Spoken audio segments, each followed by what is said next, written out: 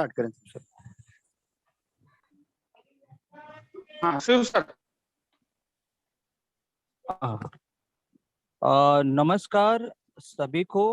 मैं शिव कुमार बलराम संदेश टीम की तरफ से आप सभी पार्टिसिपेंट्स, वैज्ञानिक और छात्र छात्राओं का अभिवादन करता हूं, अभिनंदन करता हूं। आज की जो वेबिनार है वो धान की जो विशेष वेबिनार है हमारी हो रही है, उसमें आज छठी वेबिनार है और ये 46वीं वेबिनार, 45 वेबिनार हम लोग सफल कर चुके हैं। ये 46वीं वेबिनार है। तो आज की जो विषय है वो धान में जैविक खेती पर कैसे प्रबंधन हो, उसमें किस तरह का जो है न्यूट्रिएंट मैनेजमेंट हो, पौध कैसे तैयार करनी है, उसकी उपज क्या रहेगी और वो सब चीज़ें, और साथ में उसकी मार्केटिंग कैसे करनी है। तो वो सब जो हमारे सफल किसान हैं श्री नितिन काजला जी, वो आज की विषय पर मुख्य चर्चा रहेगी। और सभी से निवेदन है कि बलराम संदेश टीम द्वारा धान पर जो विशेष श्रृंखला के अंतर्गत आज छठी और 45वीं सफल वेबिनार के बाद 46वीं वेबिनार आयोजित कर रहा है, जिसका मुख्य विषय धान की जो जैविक खेती है उसका प्रबंधन करना है और किसान अपने उत्पाद को किस प्रकार उपभोक्ता तक उपलब्ध कराएं, इस विषय पर भी आज चर्चा होगी। आज के हमारे जो मुख्य वक्ता हैं वह सफल किसान जिनका नाम है नितिन काजला जी। वो आपके फार्म का नाम जो है वो काजला नेचुरल फार्म है। आपको अधिकतर किसान जानते हैं क्योंकि आपके सानिध्य में अनेक किसानों को ऑनलाइन प्रशिक्षण प्राप्त हुआ है, जिससे वो एक सफल जैविक किसान बनकर प्रकृति को सुंदर व समृद्ध बनाने में लगे हुए हैं। वह आप एक सफल यूट्यूबर भी हैं। आपके चैनल का नाम ऑर्गेनिक फार्मर है, जिस पर लगभग 200 से भी ज्यादा प्रेरणादायक वीडियो हैं जिनसे प्रेरित होकर के किसान उनका लाभ ले रहे हैं। आप उत्तर प्रदेश के गांव भटीपुरा में रहते हैं, जहां पर आप 6 एकड़ भूमि पर गन्ना, सरसों, मूंग, अरहर, बासमती चावल व गेहूं की जैविक व उन्नत खेती करते हैं। आपको लोग जैविक गुड़, शक्कर, राव, सिरका व खांड के लिए जानते हैं, क्योंकि पश्चिम उत्तर प्रदेश की जो मुख्य फसल है वो गन्ना है और आपके पास गन्ने के जो उत्पाद हैं वो उत्तम व बेहतर श्रृंखला में हैं। आप 7 साल पहले फार्मा कंपनी में मैनेजर थे के पद पर थे, लेकिन मूल प्रकृति व प्रवृत्ति किसान होने के कारण किसान होते हुए किसान की समस्याओं को जानकर नौकरी छोड़ जैविक खेती करने के लिए ज्ञान अर्जित कर जैविक खेती के साथ साथ आपने जो है किसानों को प्रेरित भी किया है। आपने मार्केटिंग के लिए विभिन्न तरीके अपनाकर अपने आप को सफल किसान व मोटिवेटर के रूप में किसान समाज के सामने प्रस्तुत किया है। यह एक बहुत अच्छी बात है और अन्य किसानों के लिए भी उदाहरण पेश किया है।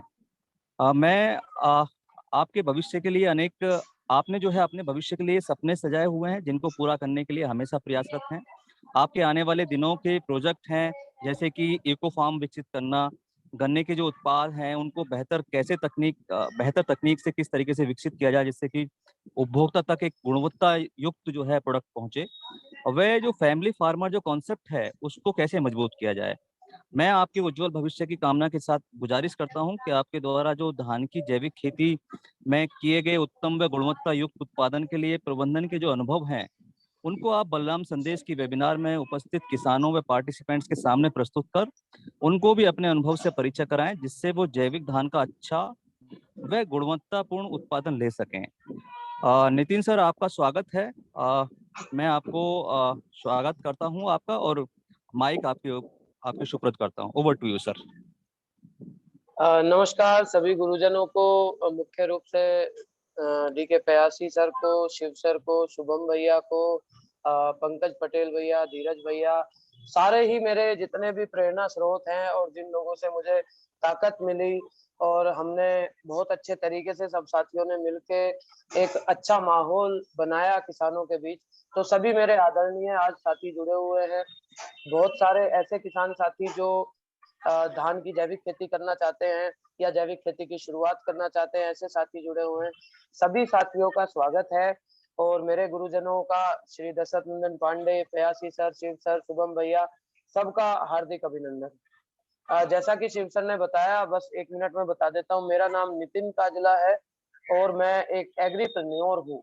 मैंने अपने आप को केवल और केवल एक ऑर्गेनिक फार्मर या एक लेमैन फार्मर तक सीमित नहीं रखा, चूंकि मैं मार्केटिंग बैकग्राउंड से आता था, वीडियो ऑफ कर देता हूँ, शायद मेरी आवाज उतरी हो, सूरत मेरी साथियों ने देख ली है। नहीं नहीं ठीक है, आवाज सही आ रही है जी आपकी। हाँ ऑफ कर जी दीजिए सर। जी। हाँ, जी लाइटिंग थोड़ी कमजोर थी। तो मैंने अपने आप को केवल उगाने तक सीमित ना रख के मैंने ये प्रयास किया कि अगर कोई 1,00,000 1,50,000 रुपए कमाने वाला बंदा एग्रीकल्चर में आता है, ऑर्गेनिक फार्मिंग में आता है, तो वो एक ऐसी व्यवस्थाएं बनाए ताकि उसको देख के दूसरे किसान साथी प्रेरित हों, उसके पड़ोसी प्रेरित हों, और कल को वो जैविक खेती करने आए, किसी भी उत्पाद की जैविक खेती वो करें और उसको देखते हुए एक अच्छा इकोसिस्टम अपने यहाँ डेवलप करें, ताकि अ, हर उस नितिन काजला को फोन आए कि आपका गुड़ चाहिए, आपका शक्कर चाहिए, और वो ये कह पाए कि सर मैं क्षमा चाहता हूँ, मेरा उत्पाद समाप्त हो गया है, समय से पहले समाप्त हो गया है, कि नितिन जी हमें बासमती चावल चाहिए, कि भाई साहब बासमती चावल तो फसल पे खत्म हो गया था, अभी तो अग्रिम बुकिंग उसकी चल रही है, जो आने वाला सीजन है उसके 5-6 कुंटल सामान बुक हो गया है। तो एक ऐसी परिस्थिति में मैं खुद को लाऊं सबसे पहले तो, और फिर मेरे से जुड़े मेरे किसान साथी भी उस परिस्थिति तक आए, वो एक पूरी प्रक्रिया मैंने की। उसका कुछ भाग अंश हम लोग आज की प्रेजेंटेशन में भी तय करेंगे, देखेंगे। मैंने कुछ स्लाइड्स बनाई हैं, उसकी फोटो स्लाइड्स। तो आज का जो विषय है उसके ऊपर मैं फोकस करता हूँ। आज का विषय है धान की जैविक खेती। मैं एक प्रेजेंटेशन है उसको शेयर करने जा रहा हूँ, बस मुझे 1 सेकंड का समय दीजिएगा।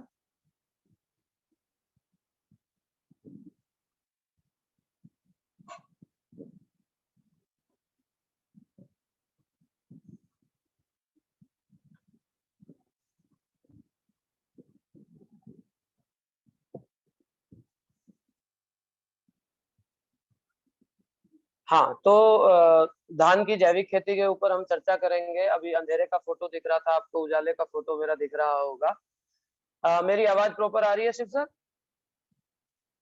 हेलो? हाँ भैया, आपकी आवाज आ रही है, सबको जी ऑडिबल है जी आप। जी, थैंक यू।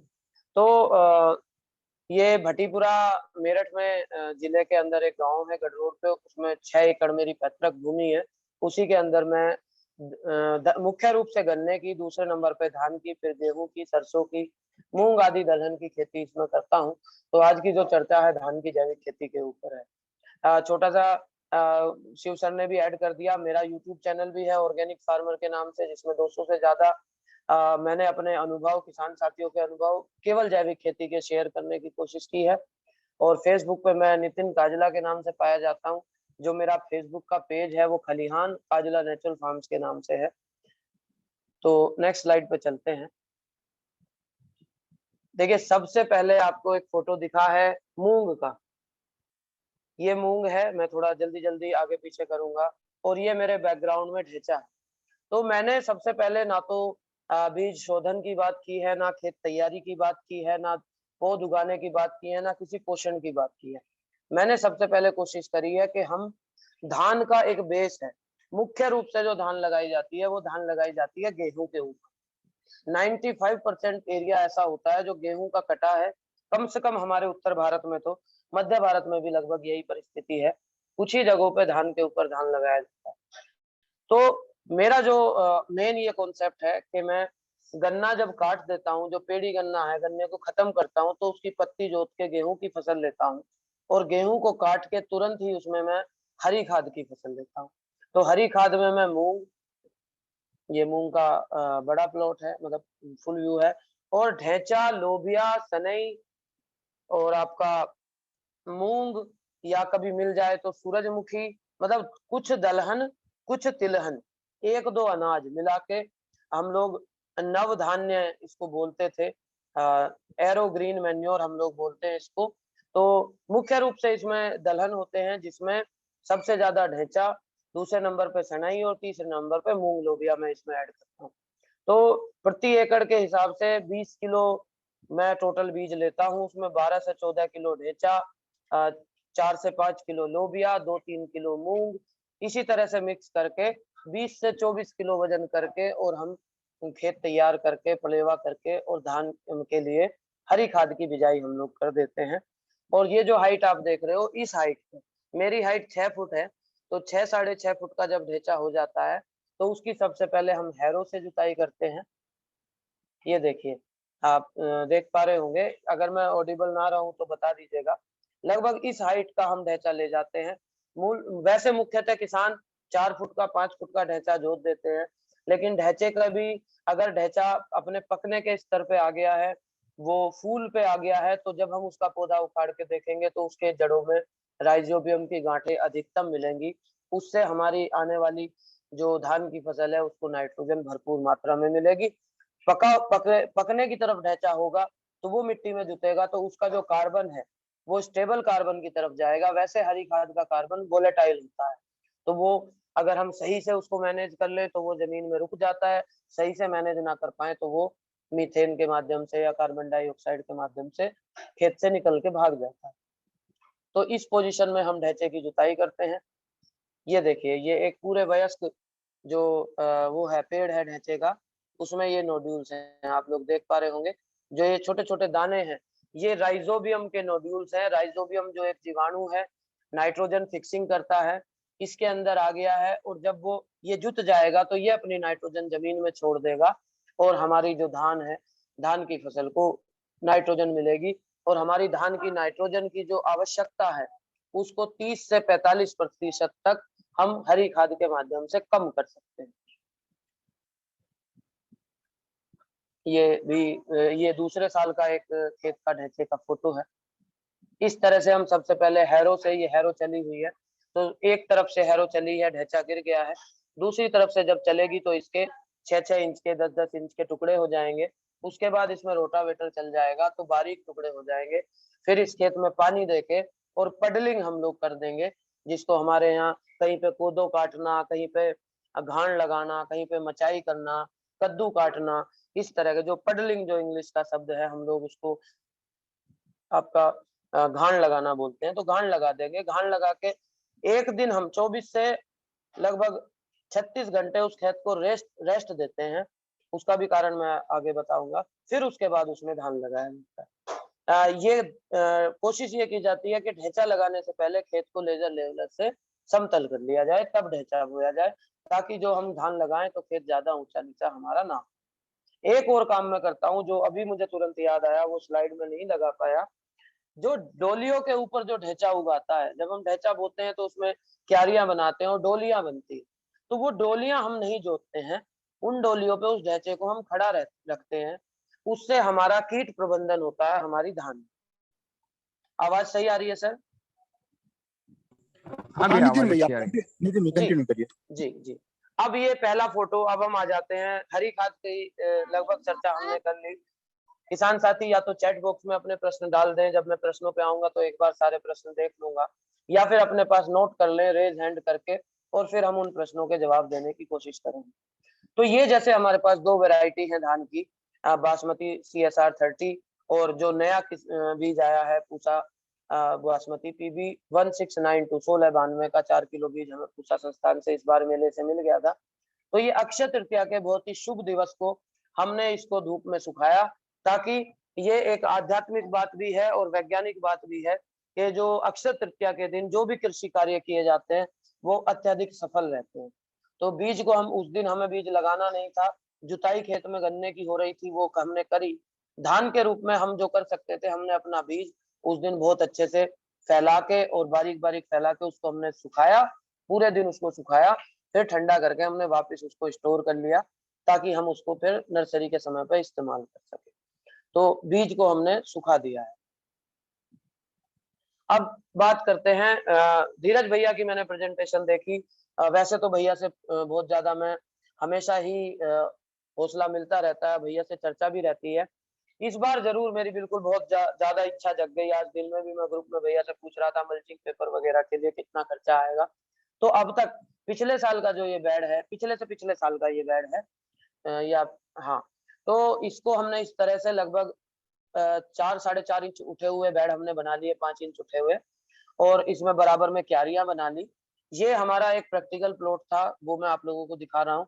दूसरी हमारी समतल क्यारियों में हमने धान लगाई, वो नर्सरी लगाई थी। तो इसमें हमने ये क्या की, इसलिए किया है कि एक तो जो समतल में हम लगाते हैं, तो जब हम उसमें मचाई कर देते हैं और बीज बो देते हैं, तो बीज की जड़ों को उतना फुलाव का मौका नहीं मिलता। ये सारी फूली हुई मिट्टी हमने इकट्ठा करी है, तो बीज की जड़ों का जो विकास होगा वो बहुत जल्दी होगा। प्लस किनारों पे पानी आएगा, जो हमारे नन्हे अंकुर जम के आएंगे वो नहीं डूबेंगे, स्ट्रेस में नहीं आएंगे। तो इसलिए हमने ये बेड पद्धति पे, जो सीरी पद्धति पे बेड बनाए जाते हैं, उस तरह से लगभग, सीरी से तो नहीं कर पाता मैं, धीरज भैया तो एकदम एग्जैक्ट सीरी से करते हैं, लेकिन हाँ मेरी कोशिश रहती है कि कुछ कुछ उनसे मैं अपना लूं और उसको सीरी पद्धति, आधी आधी अधूरी सीरी पद्धति जिसके मुझे बहुत लाभ मिलते हैं वो हम कर लें, दिखाऊंगा आगे। तो ये बेड हमने बना लिए। बेड बनाने के बाद इस पे फोटो, क्योंकि मैं अकेला ही सारे कृषि कार्य करता रहा, इसी साल मुझे सौभाग्यवश मुझे एक सहयोगी मिला है, तो इस साल फोटोग्राफी अच्छी हो रही है। समय समय पे मेरे फेसबुक पेज पे आपको जो धान की अपडेट आएंगी वो आती रहेंगी, खेत तैयारी की आ गई। तो इसमें मैंने क्या किया कि सबसे पहले मैंने ये बेड बनाए। बेड बना के मैंने जो धान का बीज था वो इस पे बुरक दिया। बुरकने के बाद बारीक मिट्टी उठाई, उसमें थोड़ा सा बहुत बारीक मैंने छाना हुआ गोबर था जो इसमें अभी नहीं दिख रहा, वो मिट्टी में मिला लिया मैंने। और मिट्टी में ना मिला के उसको हम गोबर को भी ऐसे ऊपर से भी रख सकते हैं और पुआल ढक सकते हैं, क्योंकि पुआल नहीं ढका था तो मिट्टी मिला लिया वो। और वो वाली मिट्टी मैंने बिल्कुल ये मान के चलिए 1 सेंटीमीटर आधा इंच उसके ऊपर, आधा इंच भी नहीं थी, बिल्कुल बुरकी, कहीं बीज दिखते रहे कहीं नहीं दिखते रहे। अच्छा, बीज डालने से पहले भी मैंने एक तो नमक वाला उपचार किया कि 10 किलो पानी में 1 किलो नमक मैंने अच्छे से घोल लिया। उसको तब तक घोलता रहा मैं, या पानी तब तक मिलाता रहा जब तक कि नमक पूरे अच्छे से घुल ना जाए। पूर्ण रूप से सांद्र, हाईएस्ट कंसंट्रेटेड मैंने लिक्विड बना लिया। उसके अंदर अपना बीज डाल दिया और बीज को जब मैंने घुमाया तो बीज के कुछ जो थोथे बीज थे जो जमने वाले नहीं थे वो ऊपर आ गए, और मैंने वो हिला हिला के बाहर निकाल लिए और फिर वो पानी फेंक दिया और 3-4 बार ताजे रनिंग वाटर से उस बीज को मैंने धो लिया। बीज धो लिया, बीज मेरा गीला हो गया, उसी बीज पे मैंने ट्राइकोडर्मा पाउडर छिड़क दिया। मतलब मैं बहुत व्यवस्थित तरीके से नहीं कर पाया, पानी में भिगोता उसको फिर ऐसे करता, उस पे छिड़क दिया। छिड़क के फिर जो है मैंने उसको बीज को भिगो दिया। भिगोने के बाद उसको मैंने लगभग 12 घंटे भिगोया। भिगो के जूट के बोरे में, जैसे धीरज भैया रखते हैं, उसको भूसे में रख दिया और 12-14 घंटे में चेक किया तो उसके अंकुर, नन्हे नन्हे अंकुर निकलने शुरू हुए। फिर मैंने उसको 4-5 घंटे और रखा। तो ये अगले दिन जब सुबह हम खेत में पहुंचे तो उसके अंकुर इतने थे कि वो ना तो बोरी में चिपके और ना हाथ से वो टूटे। और जैसे ही मैंने ये लगाया तो तीसरे दिन बहुत बढ़िया अंकुरन उसका हो गया। तो वो बीज मैंने इसमें बखेर दिया। बखेर के फिर मैंने इसको मिट्टी से, बहुत बहुत बारीक मिट्टी से ढक दिया। ढक के ये पानी मैंने इसको दे दिया।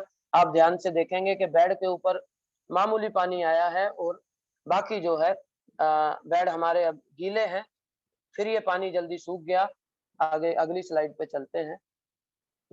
ये देखिए इस तरह की ये परिस्थिति थी जब मैंने खेत में घुस के ये फोटो लिया। आप देखेंगे, अगली स्लाइड आ गई ये। अरे रुक जा भाई, रुकते हैं। ये इसको मैं जूम करके दिखाता हूँ। ये देखिए, अगर साथी देख पा रहे हो, कुछ बीज दब गया है, कुछ बीज पानी की वजह से ऊपर आ गया है। सारा का सारा ये अंकुरित हो जाएगा। नेक्स्ट स्लाइड पे चलता हूँ। ये देखिए, ये तीसरे या चौथे दिन का शायद ये फोटो रहा होगा। कितने अच्छे से पूरा बीज अंकुरित होके आया है। एक छोटी सी चीज आप इसमें देख रहे होंगे, मैंने बीज बहुत घना नहीं बोया। मतलब जो बेड आपने देखे, इन बेड के ऊपर मुश्किल से 1-1.25 किलो बीज दोनों बेड के ऊपर मैंने बोया। बहुत घना मैं नहीं बोता हूँ। पहले इस मिट्टी को अच्छे से जोतता हूँ, 1 महीना 2 महीना, जो नर्सरी की मिट्टी होती है। इस वाले क्षेत्र में हम हरी खाद नहीं बोते हैं, तो इसको बढ़िया सुखा लेते हैं। जो भी खरपतवार जितना भी हम निकाल सकते हैं, जड़ आदि सब निकाल देते हैं, तो बहुत ज्यादा कबाड़ या अड़ंगा या खरपतवार इसमें पैदा नहीं होता। तो मैं घिणका ना बो के पौधे को बढ़िया से, अच्छे से, मजबूताई से मोटा होने देता हूँ। स्ट्रेस फ्री उसको जीने देता हूँ। आपस में कोई संघर्ष पौधों के बीच में नहीं होता है। ये इस तरह से हमारी जो बेड थी वो तैयार हो गई। और ये इसके लगभग 3 या 4 दिन बाद हमने ये 12-13 दिन का ये हमारा बेड रहा होगा, इसको हमने उखड़वा लिया। उखड़ने में बहुत आसान है। तो जो मजदूर चाची ताई लगी थी, उन्होंने ये कहा, भैया ये तो बहुत बढ़िया उखड़ रही है, क्योंकि हमारा जो बेड था वो पोला था, भुरभुरा था, और मिट्टी बिल्कुल ये मान के चलिए आप कठोर नहीं हुई। क्योंकि जो बिल्कुल ये प्लेन में जो क्यारियों में उन्होंने उखाड़ा, तो उन्होंने कहा ये तो इसके बाद क्योंकि उन्होंने उखाड़ा था, बोले ये बहुत कठिनता से उखड़ रहा है, नॉर्मली ऐसे ही उखड़ता है, लेकिन जो तुमने ऊंचे जो बेड बना रखे थे उनमें बहुत अच्छे से उखड़ा, बहुत अच्छे से उखड़ा। इसका मतलब हमारी जो 100% जो जड़ें थी, कोई भी जड़ हमारी नहीं थी। और जो धीरज भैया वाला कॉन्सेप्ट इतना पसंद है मुझे कि उसमें पिन्नी लगा देते हैं नीचे। मैं अकेला फंसा हुआ था, अब तक नहीं कर पाया, अब मेरे पास सहयोगी है तो इस बार जरूर करेंगे। कि उसमें तो हमारी एक भी जड़ बिल्कुल बर्बाद नहीं होती। जबकि प्लेन में जो नर्सरी लगाते हैं किसान, उनकी 20% जो जड़ें हैं, 20% जड़ें टूट जाती है। या तो मजदूर उतने ध्यान से नहीं उखाड़ते, जल्दीबाजी कर देते हैं, ठेके के काम होते हैं। तो इसमें मुझे इसका बहुत फायदा। ये देखिए, ये शायद 15 दिन का हमारा बेड तैयार है। और खेत मेरा प्लेन लगा हुआ था बढ़िया, उसमें मैंने इसको फिर 16-17 दिन का वो किया हुआ। ये देख लीजिए, आप अंदाजा लगा लीजिए, छोटा छोटा ही हमने इसको उखाड़ लिया है। और ये ही हमारा ट्रायल प्लॉट है। और ट्रायल भी ऐसा है कि दोनों तरफ गन्ने के बीच में ये हमने 12 फुट चौड़ा एक फांट लिया था। करीबन ये मान के चलिए हमारा 1 बीघा धरती ये हो गई थी। इसमें हमने धान लगाई थी। ये देखा था कि गन्ने के बीच में कितने कीट आते हैं। गन्ने की पत्ती क्योंकि तेज होती है, चिरवा होती है, तो इस खेत में आपको मैं यकीन से कहूं, हमें कोई भी जैविक कीटनाशक भी स्प्रे नहीं करना पड़ा। कभी भी कोई दिक्कत नहीं आई इस खेत में। ये नर्सरी हमने उखाड़ी और इसको फिर हमने देसी गाय का कच्चा दूध एक तसले में था, जहाँ ये काले रंग का कपड़ा ओढ़ के बैठ के माता जी बैठी हैं, उनके पीछे तसले में था। उसमें जो थे हम उसको 5-5 मिनट, जब हमने ये इनको दिए, ये जुटियां दी, उस समय केवल 5 मिनट भिगो के और मैं इनको दे देता था। उस काले कच्चे दूध में हल्दी और हींग, ये 2 चीजें हमने मिलाई। ये मान के चलिए आप 5 लीटर दूध में लगभग 200 ग्राम के आसपास हल्दी और 20 से 30 ग्राम जो बाबा रामदेव का या जो बाजार में 20 रुपए वाला अच्छा हींग आता है। और अगर बढ़िया हींग मिल जाए, ओरिजिनल हींग मिल जाए, जो हम लोग हाथरस से लेके आते थे, मैं सुरेश भाई, तो वो जो है वो तो मुश्किल से 5 ग्राम ही उसमें। और उसमें फिर बाकी हमने तसला भरने के लिए पानी मिला दिया था। इस तरह से हमने अपनी पोत तैयार करी। नेक्स्ट स्लाइड करता हूँ, रुक जाता है। ये देखो, तो वही वाली बात है, मैं जुगाड़ू खेती करता हूँ। तो वहां दूर आप देख रहे होगे एक भाई खड़ा हुआ है, डंडे में हमने ये रस्सी बांधी है। और एक चीज और ध्यान से देखिए, खेत चूंकि हमारा लगभग इकसार है, तो हमने बहुत ज्यादा पानी खड़ा खेत में नहीं किया है, क्योंकि पौध हमारी छोटी है। तो ये जो पडलिंग हमने की थी, आज जो ये आप देख रहे हो, ये सुबह या दोपहर का समय है। पहले दिन हमने सुबह सुबह ये पडलिंग कर दी थी, ताकि पडलिंग का भी एक बहुत बड़ा रोल है। अगर हम किसान पडलिंग करते ही मजदूरों को खेत में घुसा देते हैं, तो अगर वो 1 इंच उनको दबाने को बोलते हैं, वो 2.5 इंच दबा देते हैं, क्योंकि मिट्टी बिल्कुल सॉफ्ट रहती है। या लोग क्या करते हैं, उधर पडलिंग हो रही है, उधर मजदूर घुस गए, या पडलिंग हो रही है शाम को कर दिया, शाम को पडलिंग करी है तो सुबह लगा दिया। कम से कम मैं ये कोशिश करता हूँ कि अगर खेत बहुत बढ़िया है तो 36 घंटे रेस्ट मिले खेत को, मिट्टी सेटल हो जाए, उस समय तो पूरा पानी भर के रखते हैं। और फिर जो है धान लगाते समय पानी कम कर लेते हैं, ताकि हमारा पौधा डूबे ना, डूब के स्ट्रेस में ना। तो ये एक रस्सी हमने आर पार बांधी है। इस रस्सी में 10 इंच पे पॉइंट लगे हुए हैं। रस्सी के भीतर जो है पन्नी के टुकड़े फंसा दिए गए हैं। और दोनों तरफ रस्सी वाले लोगों के पास एक ईंट है 9 इंच की। उस ईंट से अंदाजा लगाते हैं, पूरे 12 इंच पे हम लोग वो रस्सी खूंटा जो है दोबारा गाड़ देते हैं। और ये 4 मजदूर हमारे उस लाइन को पूरी कर देते हैं। ये पूरी करते हैं, फिर ये एक कदम पीछे हट जाते हैं, हम रस्सी को आगे बढ़ा देते हैं। तो इस तरह से हमारी लाइन में ये ट्रांसप्लांटिंग हो रही है। कोई साथी बता दीजिए, आवाज आ रही है? बढ़िया, जी बिल्कुल आ रही है, बिल्कुल आ रही है। थैंक यू भैया। ये देखें आप, मैं थोड़ा सा जूम करने की कोशिश करता हूँ। ये नेक्स्ट डे का फोटो है, जब हम निकल गए हैं खेत से पहले दिन लगा के। और 12 इंच पे ये लाइनें हैं। बड़े खेत भी दिखाऊंगा मैं, आगे स्लाइड्स में आएंगे, क्योंकि उनके नर्सरी वाले काम के और लगाने के काम के फोटो नहीं थे, तो ये वाला फोटो मैंने आगे लगा लिया ताकि अच्छे से डिस्क्रिप्शन इसका हो जाए। तो ये लाइन से गई। और ये देखिए, ये चौथे दिन का फोटो है। इसने इस समय कांटा पकड़ लिया, ये कहते हैं कि कांटा पकड़ लिए तो आगे बढ़ते हैं। ये देखिए, ये हमारा जो इसी के साथ में था बड़ा प्लॉट, उसी का ये फोटो है। और इसमें एक चीज आप ध्यान से देख रहे होंगे, बहुत सारी लाइनें, फोटो इसीलिए ये बताने के लिए खींचा गया है। बहुत सारी लाइनें 1-1 फुट पे आपको दिख रही होंगी, लेकिन जो बीच की लाइन है इसमें आपको 1 फुट से ज्यादा, बिल्कुल ये 24 इंच हमने गैप रखा है। और 10 या 12 लाइन के बाद फिर 24 इंच का हमने गैप रखा है। ये हमने वॉकिंग एरिया बनाया है अपने खेत में, ताकि हमको कोई पोषण देना है, हमको कोई कीट नियंत्रण करना है, हमको कुछ भी गतिविधि अपने खेत में करनी है, पाटा लगाना है, तो ये सब काम करते हुए हमें एक वॉकिंग एरिया मिले, खेत में नुकसान ना होए। तो ये एक वॉकिंग एरिया इजीली चलने के लिए हमने छोड़ा और बहुत अच्छे से फुटाव हमारे खेतों में आता रहा। ये देखिए, हाँ, अब ये फोटो मैंने जानबूझ के लगाया ताकि मैं भूल ना जाऊं। धान में पाटा लगाओ, पाओ कीड़ों से मुक्ति और जबरदस्त उत्पादन। इसके ऊपर मैंने एक लाइव वीडियो भी बनाया था। तो बेसिकली हम क्या करते हैं, जैसे ये आप देख रहे हो, ये मैडी बैलों की ये प्लेनर है, मैडी है।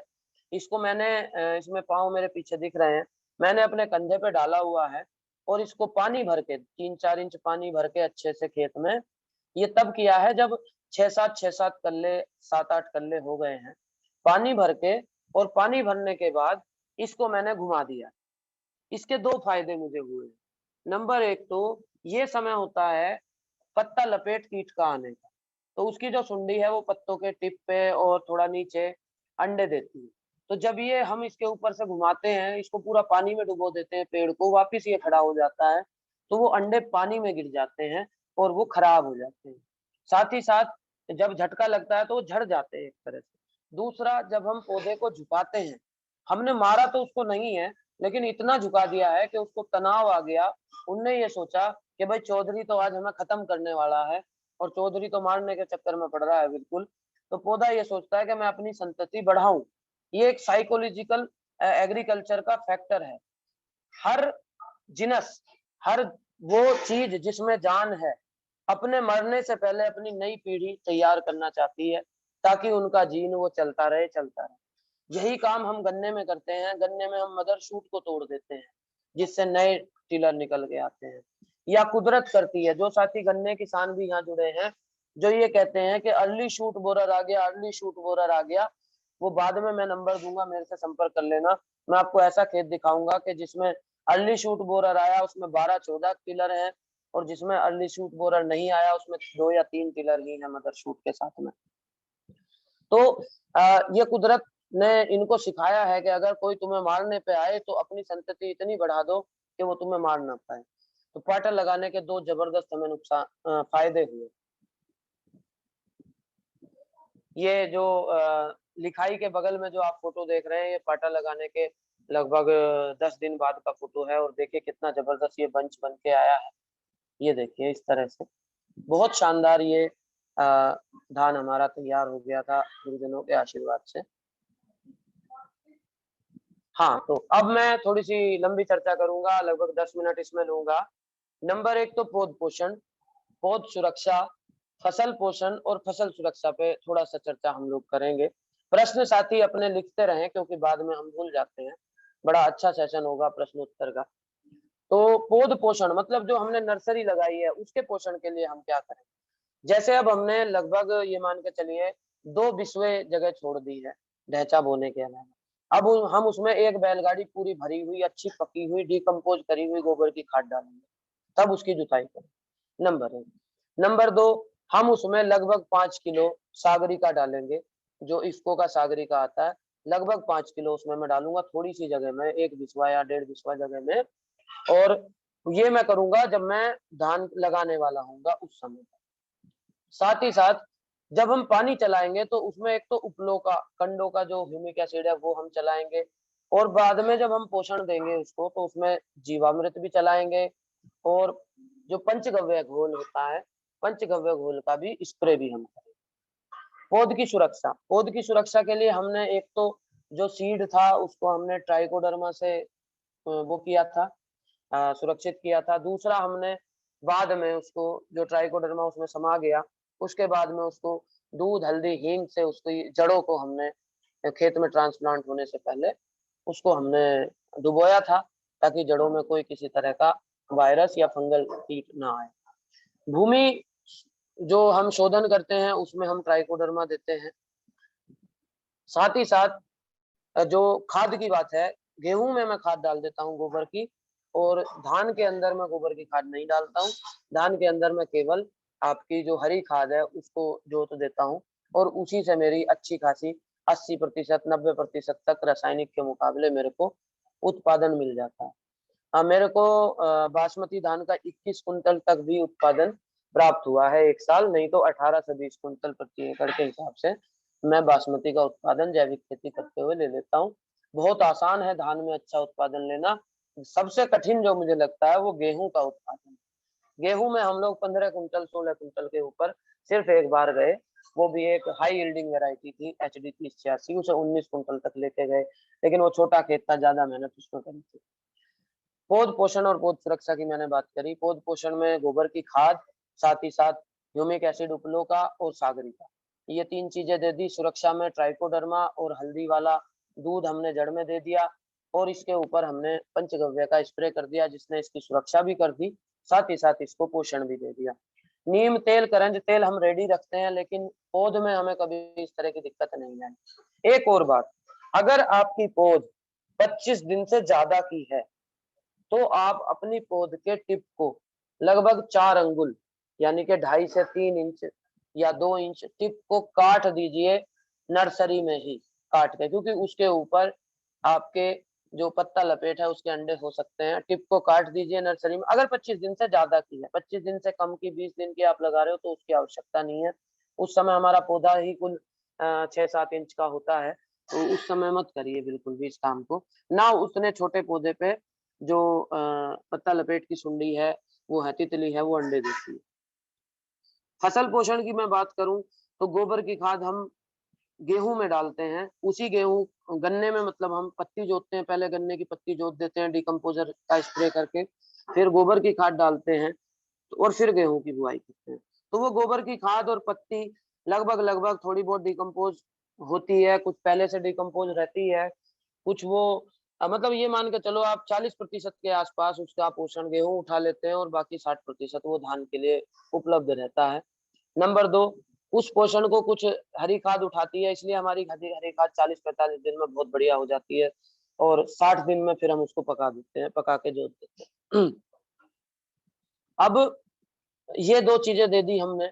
इसके बाद जब हमारी धान बिल्कुल बढ़िया कांटा पकड़ जाती है, कांटा पकड़ना इसे कहते हैं कि जो जड़ पकड़ लेती है, उसके बाद फिर हम सोचते हैं कि अब हम इसको कुछ पोषण दे दें। 10 किलो प्रति एकड़ के हिसाब से इफ्को का सागरिका मैं देता हूँ। नंबर 1, थोड़ा पानी पी लेता हूँ,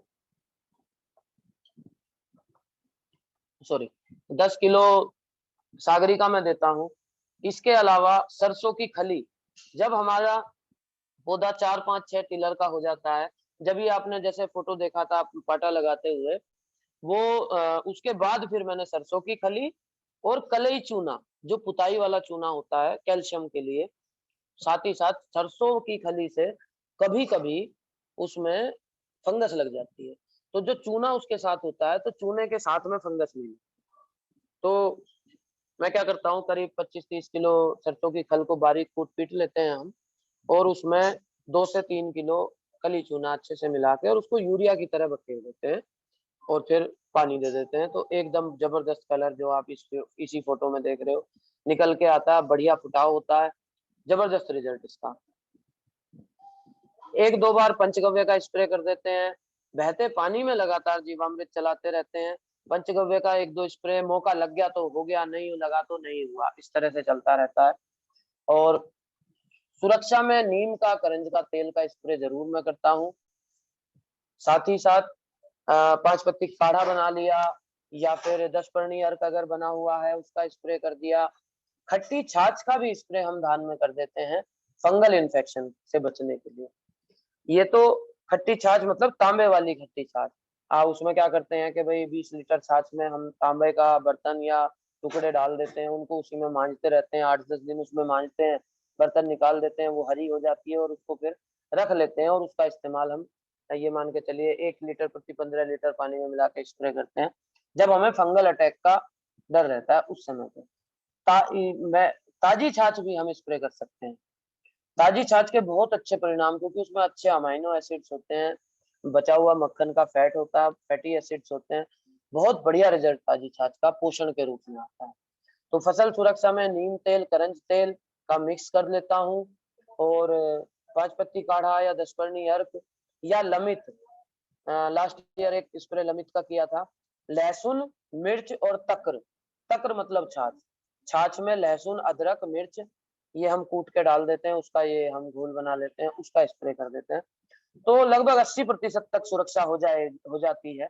100% तो केमिकल वाले भी नहीं कर पाते। प्रकृति है, प्रकृति ने भी अपना काम करना है, एक इकोसिस्टम बने रहना है, और ईटीएल लेवल से, इकोनॉमिक थ्रेश लेवल से वो ऊपर नहीं जा पाता, तो हम ध्यान रखते हैं।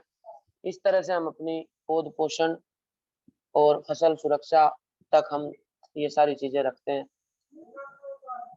ये देखिए धान का पिछले साल का ये 1509 वैरायटी का बंच है। इसके पीछे थोड़े छोटे हैं, क्योंकि मैं मार्केटिंग करता हूँ तो अच्छा ज्यादा दिखाता हूँ उसमें। हल सब तरह के पौधे होते हैं।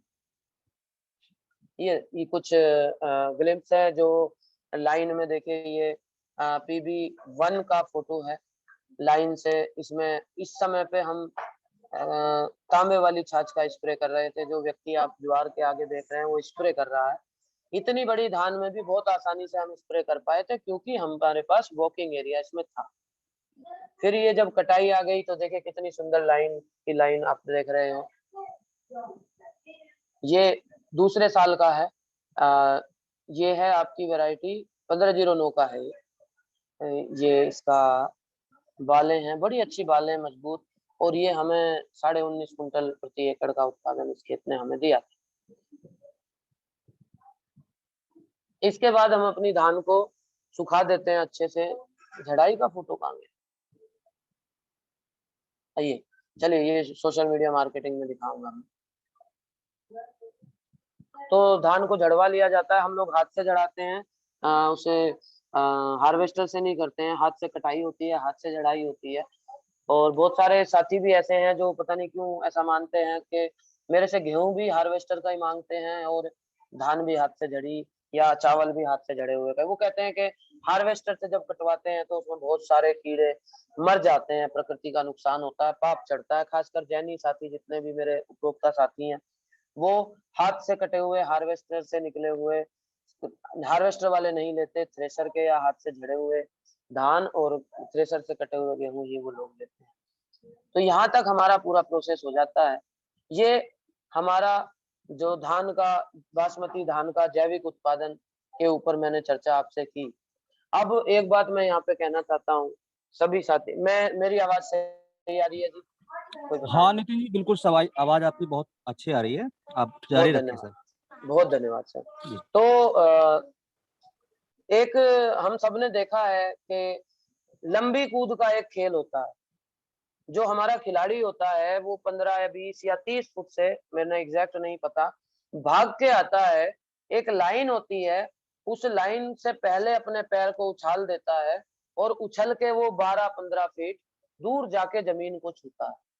मतलब वो शायद 30 फीट से भाग के आ रहा है और भाग के आके लाइन पे उसने जंप लिया है और जंप लेके उसने लंबी कूद करी है और उसकी नाप नापी गई है। अब अगर वो हमारा खिलाड़ी भाग के आया पूरे जोश से और लाइन पे आके रुक जाए या लाइन पे आके फाउल कर दे, तो क्या उसकी लॉन्ग जंप मानी जाएगी? बिल्कुल नहीं मानी जाएगी।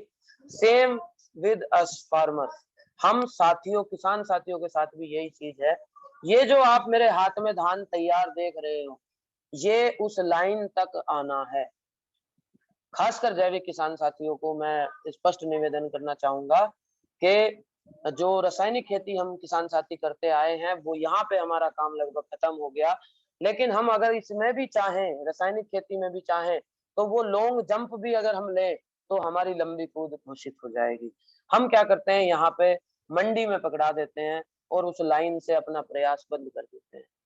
यहीं से जो आज की वेबिनार प्रयासी सर ने स्पेशली रखवाई कि तू जबरदस्त का मार्केटियर है, तेरी इसलिए हम लोग, क्योंकि धीरज भैया की और मेरी प्रेजेंटेशन आपको लगभग बराबर मिली, तो प्रयासी सर ने स्पेशली ये रखवाई कि तेरा सोशल मीडिया मैनेजमेंट जरूर हमें सबको दिखाना है। तो यहाँ से अब मेरा खेल शुरू होता है, जो मैंने 7 साल मार्केटिंग करी और रीजनल बिजनेस मैनेजर तक फार्मा कंपनी में मैंने किया। 20-20 लोगों की टीम को मैंने हैंडल किया और कंपनी की सेल साल के साल 20-20% मैंने बढ़ाने के प्रयास किए। तो अब वो यहाँ पे मेरे स्किल्स काम आते हैं। आगे बढ़, सोशल मीडिया मार्केटिंग करते रहे। थोड़ा सा बड़ा कर देता हूँ, आप सबको दिखा देता हूँ। ये मेरा फेसबुक प्रोफाइल है, उसका स्क्रीनशॉट मैंने लगाया है। लो जी मालिको, आज कट जाएगी और परसों झड़ जाएगी आपकी पूसा बासमती 15 जल्दी ही जैविक चावल उपलब्ध हो जाएगा। बुक करने के लिए फोन या व्हाट्सएप करिए 8077235535 और 1-2 बातें इसमें आ जाती हैं। ये जो जितने भी फोटोज आपने देखे, जब प्यासी सर ने मुझसे कहा कि बेटा ऐसे तुमको प्रेजेंटेशन बनानी है, वो सारे फोटो मैंने फेसबुक से डाउनलोड करके मैं लाया हूँ, क्योंकि मेरे पास बहुत डाटा हो जाता है और लैपटॉप मेरा खराब चल रहा है, सारे उसी में। तो ये इस तरह से उसमें भी हर चीज में, मतलब देखो आपके नन्हे मुन्ने उग रहे हैं, देखो आज आपका अंकुरन हो रहा है, आपका चावल तैयार हो रहा है। उनका थोड़ी है, चावल तो मेरा है, मैंने बेचना है। कोई अगर उपभोक्ता साथी भी देख रहे हैं तो वो तो जब पैसा देंगे खरीदेंगे तब उनका है, अभी तो मेरा है, लेकिन मैंने अभी से उनको उससे अटैच कर दिया। ये एक साइकोलॉजिकल हमारी क्लास होती थी जब हम मार्केटिंग की बात करते थे, इसी तरह से अटैच किया। ये फोटो लगा दिया, उधर हम खाद डालने में व्यस्त हैं, इधर 2 दिन से धान सूखा रहा है, 2 दिन की धूप और लगाकर फिर बोरों में भरकर रख देंगे ठंडा होने के लिए। 10 दिन बाद इसको पर बॉइलिंग कराएंगे, पर बॉइलिंग करा के इसकी डी-हस्किंग कराएंगे। पॉलिश जो कराएंगे वो हम लगभग 25% ही कराएंगे, इससे ज्यादा नहीं कराएंगे। इस तरह से अपनी मार्केटिंग, इन पोस्टों में नीचे 100 150 कमेंट आए, हमें भी देना, हमारा मत भूल जाना, हमारा चावल ऑर्डर बुक है, हमें पहले भेजना, हमें दिवाली तक दे देना, ऐसा है वैसा है, इस तरह की चर्चाएं साथी लोग करते रहते हैं। अब देखिए 25 अक्टूबर 2000, भाई अपने चावल को ही मत देखो, भूत बने किसान को भी देख लो। धान सुखाकर 16 बोरों में ऊपर तक भरकर सील कर दिया है। सेल्ला करने वाले चाचा ने परसों बुलाया है और परसों चावल सेल्ला के लिए चला जाएगा। 1 हफ्ता उनके पास रहेगा, फिर निकल के आपकी थाली तक ये चावल पहुंच जाए। ये फोटो भी मैंने फेसबुक पे पोस्ट करा। लो जी प्रकाश है और हम आ गए हैं, ड्यूटी लग गई है, अब चावल निकाला जाएगा। अब सोचिए इस चीज को, ये हो क्या रहा है प्रोसेस। किसान साथियों अब ध्यान दीजिए, जय किसान, ये प्रोसेस क्या हो रहा है।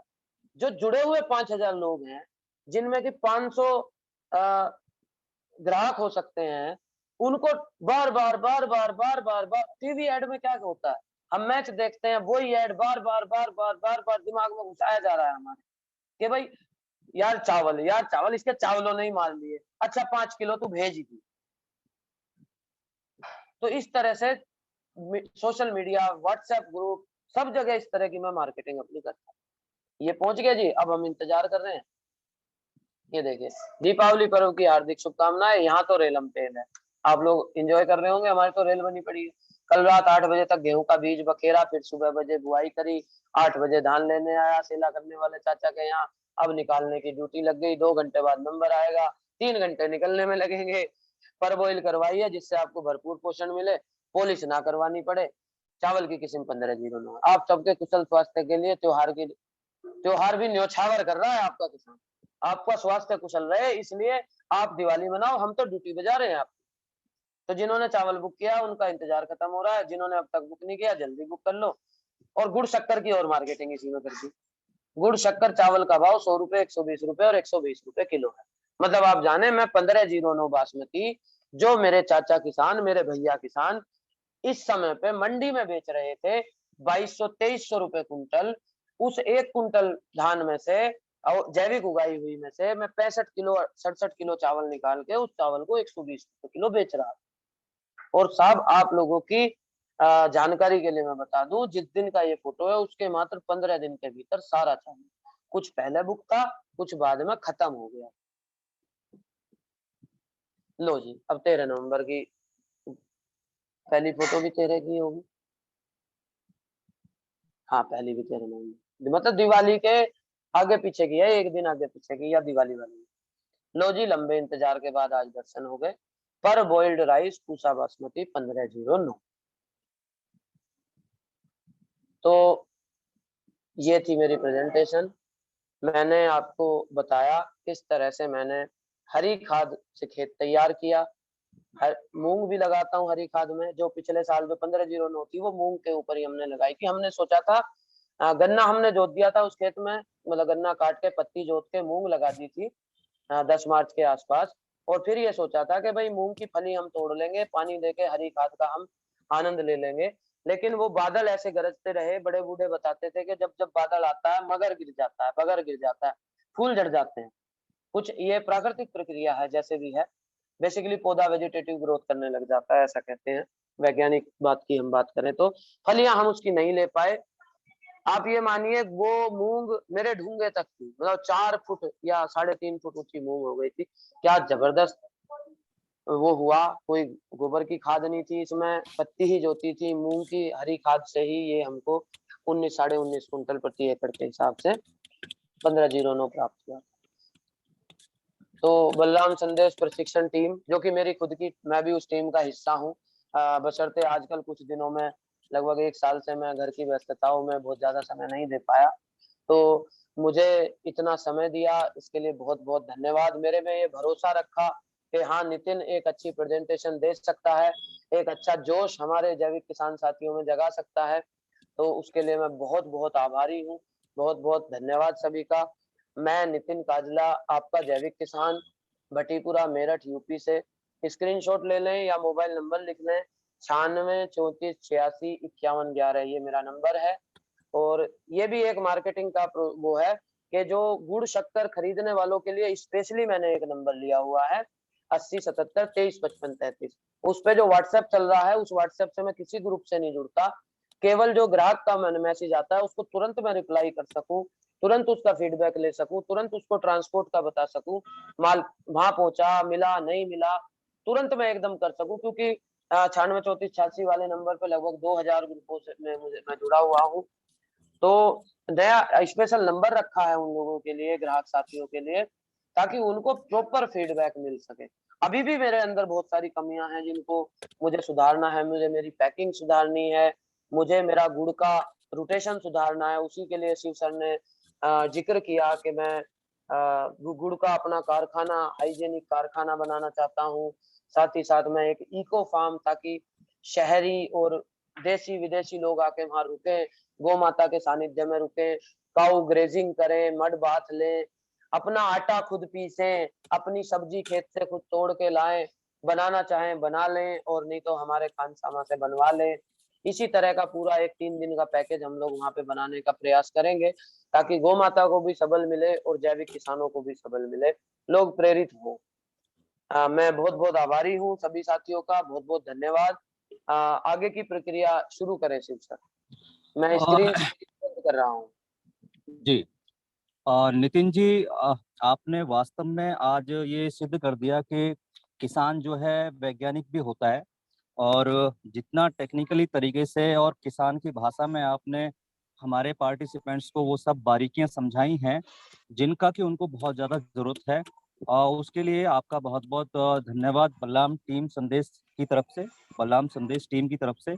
और मैं समझता हूँ कि वास्तव में आपने उस जो अनुभव हैं उनको जिया है, और जो अनुभव के दौरान आपने सीखा है और जो संघर्ष किया है उसको आज आपने बयान किया है यहाँ पर। तो आपको वास्तव में बहुत बहुत साधुवाद। और आगे की प्रक्रिया के लिए मैं बलराम टीम के जो साथी हैं उनसे निवेदन करूंगा, और जो लोग अभी हैंड रेस किए हुए हैं वो एक एक करके पहले अपना परिचय देंगे और उसके बाद फिर अपना सवाल रखेंगे। तो फर्स्ट ऑफ ऑल ये नाम नहीं है O6BD, अपना नाम प्लीज बदल लीजिए सब लोग रीनेम में जा करके। तो आप अपना सवाल रखिए। 06BD कोई है? Hello, I think sir Shiv sir वो अनम्यूट नहीं कर पा रहे हैं, लग रहा है। क्या प्रकाश मालपानी जी से हम निवेदन करेंगे कि वो एक अपना मिनट, अनम्यूट कर दीजिए उनको। मैंने कर दिया है। जी सर। मैं चलिए नेक्स्ट सवाल लेते हैं। सुखविंदर सिंह फतेहाबाद से हैं। दादा नमस्कार। नितिन जी क्या हाल चाल है? मैं ठीक हूँ, आप सब कुशल मंगल घर पे? बढ़िया नितिन जी। जी। अच्छा नितिन जी ये बताएं भी, ये जोन सा बकानी रोग है, इसका इलाज कैसे करते हैं? सर बकानी रोग का सिर्फ और सिर्फ एक इलाज है, अच्छे सोर्स का बीज लेना। कोई भी दुकानदार या वैज्ञानिक साथी भी अगर कुछ कितने भी प्रयास कर लें, अगर वो बीज जेनेटिकली प्योर नहीं है, अगर वो बीज जेनेटिकली ऐसे प्लॉट से नहीं आया कि जिसमें कभी बकानी रोग नहीं हुआ है, वो बीज हमेशा नुकसान करेगा। मैंने बकानी आने के बाद भी सारे प्रयास कर लिए, क्योंकि 7-8 सालों से मैं जैविक कृषि में हूँ और सारे धुरंधर के सभी के सानिध्य में रहता हूँ, अच्छे खासे वैज्ञानिकों से भी जुड़ा हूँ, मुझे आशीर्वाद प्राप्त है। बकानी रोग को रोकने का कोई तरीका नहीं है। बकानी रोग को रोकने का सिर्फ और सिर्फ एक तरीका है कि आप जो बीज लेके आए उसका सोर्स बहुत जबरदस्त हो। और मैं सौभाग्यशाली हूँ कि मेरे बगल में BEDF Basmati export development foundation, doctor Ritesh Sharma ji वहाँ पे प्रधान वैज्ञानिक हैं। वो जो वहाँ का बीज आपके पंजाब तक, हरियाणा तक फेमस है, और बहुत जबरदस्त तरीके से वो बीज 3-3, 4-4 साल मेरे वहां से मैं एक बार 2 बार लाता हूँ नया बीज, उसके बाद नहीं लाता हूँ। इस साल केवल 17-18 का बीज मैंने वहां से मंगाया है। 1509 का मेरा घर का है और PB1 घर का है। 1692 में पूसा से ले आया हूँ। तो मैं एक बार केमिकल ट्रीटेड बीज खरीदता हूँ, उसके बाद उसी में से अच्छे अच्छे पौधे छांट के बीज बना लेता हूँ। ये भी एक बात मैं किसान भाइयों को बताना भूल गया, मैं घर का बीज तैयार करता हूँ जी। तो सर जी, एक बार आप जरूर BEDF से बीज मंगाएं, या जो साथी जबलपुर यूनिवर्सिटी से जुड़े हैं वो वहां से मंगाएं। एक अच्छे कृषि फार्म का बीज लें, उसमें बकानी रोग नहीं आएगा। फिर भी अगर बकानी रोग आता है तो उसका सिर्फ एक तरीका है कि आप उन पौधों के ऊपर तुरंत यूरिया की बोरी या कोई भी खल की बोरी उसको ढकिए, और बोरी से पौधे का तना पकड़िए और उसको उखाड़ लीजिए। वो पौधे का एक भी कण आपकी दूसरी फसल, दूसरे पेड़ों को टच ना करे। बहुत क्लोज वॉच हम अपने खेत पे रखें जी सर। ठीक है सर, बहुत बहुत धन्यवाद, बधाई हो अच्छी ऊंचाइयों पर पहुंचने के लिए। धन्यवाद। नितिन भैया, अगला सवाल हाँ, प्रकाश सुखबीर मालपानी जी का है। आदरणीय मालपानी जी, कृपया अपना प्रश्न रखें। नितिन जी नमस्कार, मैं जबलपुर नमस्ते से सर, प्रकाश। कैसे हो? जी जी बस सर जी। मैं आप कैसे हो?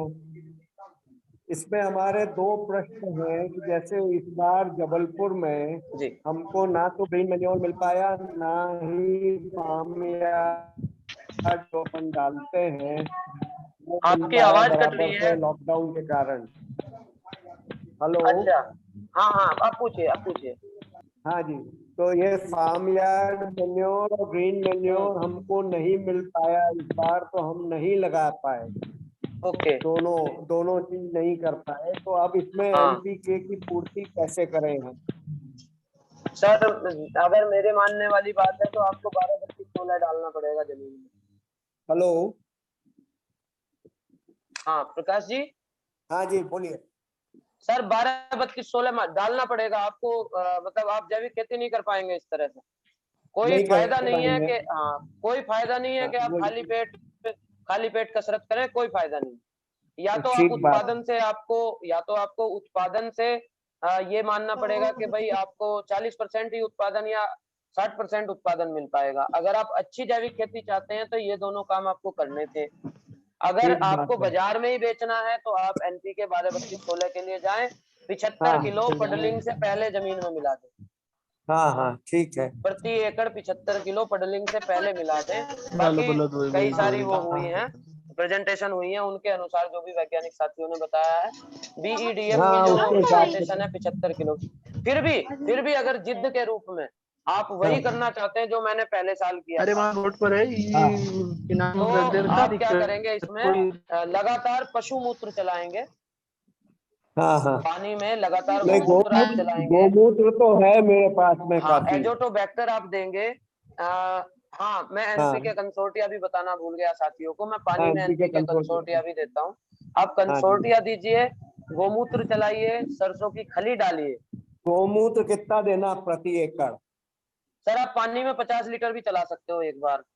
50 लीटर पर एकड़ हर बार में। हर पानी में 7-8 पानी देते हैं, ज्यादा हाँ ना चलाएं। 200 नहीं, लीटर या हमारे यहाँ 300 तो लीटर भरा ही पे ना रहता है, जाए। खेत भरा ही रहता है हमारे यहाँ तो पानी। खेत भरा रहता है तो आप क्या करें, उसमें 10 दिन के अंतर पर 60-70 लीटर गोमूत्र की ड्रेंचिंग करा दें। ठीक है। ठीक है। स्प्रे ना करें, स्प्रे ना करें, नोजल खोल के और उस पानी, डूबे हुए पानी में ऐसे ही घुमाते रहें। ठीक है।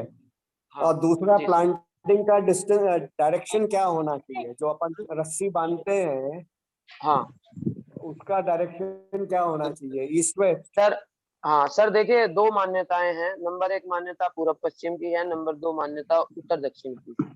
हाँ मैं लेकिन हमेशा better कौन सी? मैं हाँ, मैं हमेशा प्लांटिंग जो करता हूँ पूरब पश्चिम करता हूँ। उसके दो कारण हैं। नंबर हाँ, एक तो मुझे पूरब पश्चिम करने से जो सनलाइट है वो बहुत प्रॉपर तरीके से जमीन को भी मिलती है। ठीक बात है। अगर मैं उत्तर दक्षिण करूँ तो जमीन को सनलाइट केवल तब मिलती है जब सूरज सिर पे होता है, हाँ ठीक बात और है। जमीन को सनलाइट मिलनी जरूरी है रोगों से मुक्ति के लिए। ठीक बात नंबर है। दो बात, मेरे यहाँ पे जो हवाएं चलती हैं वो मोस्टली परवा या पछवा चलती हैं। तो पूरब से पश्चिम चलेगी या पश्चिम से पूरब चलेगी तो हवा नाली, जो लाइनें हैं, लाइनों के बीच से गुजर जाएगी और हाँ धान को गिराएगी नहीं या गन्ने को गिराएगी नहीं।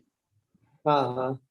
जी, तो आप दो चीज ये देखें कि आपके यहाँ हवाएं क्या उत्तर दक्षिण चलती हैं या पूरब पश्चिम ही चलती हैं। अगर पूरब पश्चिम ही चलती हैं या उत्तर दक्षिण भी चलती हैं और आप कोई ऐसी वैरायटी बो रहे हो जो गिरने वाली नहीं है, नॉन बासमती बो रहे हो, तो फिर हाँ आप पूरब पश्चिम ही लगाएं। जैविक में ठीक, जरूर पूरब पश्चिम लगाएं। जरूर। Thank you. जी थैंक यू। जी, नमस्ते जी जी। अगला सवाल हैंड रेज है O6BD सर। सर कृपया अपने आप को अनम्यूट करें और सवाल रखें।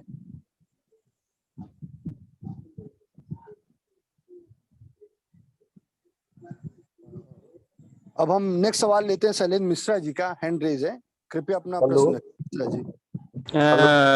नितिन नितिन भैया नमस्कार, शैलेंद्र मिश्रा बोल रहा हूँ MP रीवा से। भैया नमस्ते। जी नितिन जी कैसे हैं आप? मैं ठीक हूँ, बहुत बढ़िया। चलिए, मेरा सवाल था कि सरसों की खली कितनी देनी चाहिए पर एकड़, और ये जो खरपतवार की जो समस्या होती है उसका निदान कैसे लिया जाए? अरे बहुत धन्यवाद भैया, मैं माफी चाहता हूँ, मैं प्रेजेंटेशन में बिल्कुल ही भूल गया खरपतवार के नियंत्रण को। जी वो इसलिए भूल गया कि मुझे फोटो ही नहीं मिली वो फेसबुक पे। कोई तो बात नहीं, कोई बात नहीं। पहले हम बात खरपतवार नियंत्रण पे करेंगे। जी हमारे बहुत अच्छे गुरुजन पयासी जी जानते हैं, दशरथ जी जानते हैं, श्री अरुण कुमार जी काम्बोज जी थे, बाजपुर उत्तराखंड से वो हैं। वो मतलब स्वर्ग सिधार गए, अब तो हमें छोड़ गए ऐसे ही। तो जी उन्होंने जी एक बहुत जबरदस्त फॉर्मूला हमें बताया था, जी अगर मिल जाए तो बहुत ही बेहतरीन। जी नंबर एक तो जब हम पडलिंग करते हैं तो पडलिंग अगर बहुत अच्छे से हो गई है तो हमारे खरपतवार कम हो जाते हैं। मैं यहाँ DSR की बात नहीं कर रहा हूँ, DSR में तो रासायनिक खरपतवार की आवश्यकता पड़ेगी ही, रासायनिक खरपतवार नाशक की। अगर जी हम पडलिंग करके, जो मेरा तरीका है, हम धान लगाते हैं तो बहुत बढ़िया तरीके से बहुत कम खरपतवार पैदा होते हैं। नंबर एक, अगर क्या आपको मैं करते हैं आप?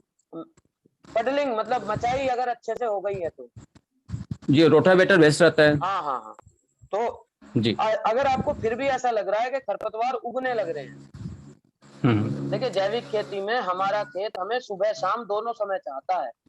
हम्म हमें खेत का निरीक्षण करना पड़ेगा, ये देखना पड़ेगा नन्हे नन्हे अंकुर खरपतवार के आ तो नहीं रहे। जी जी अगर वो आ रहे हैं तो आप उनको आने दीजिए, हम्म और जैसे ही 2 इंच के हो जाएं, जी खेत में 4 इंच पानी भर दीजिए और उस पानी को 4 दिन मेंटेन कर दीजिए।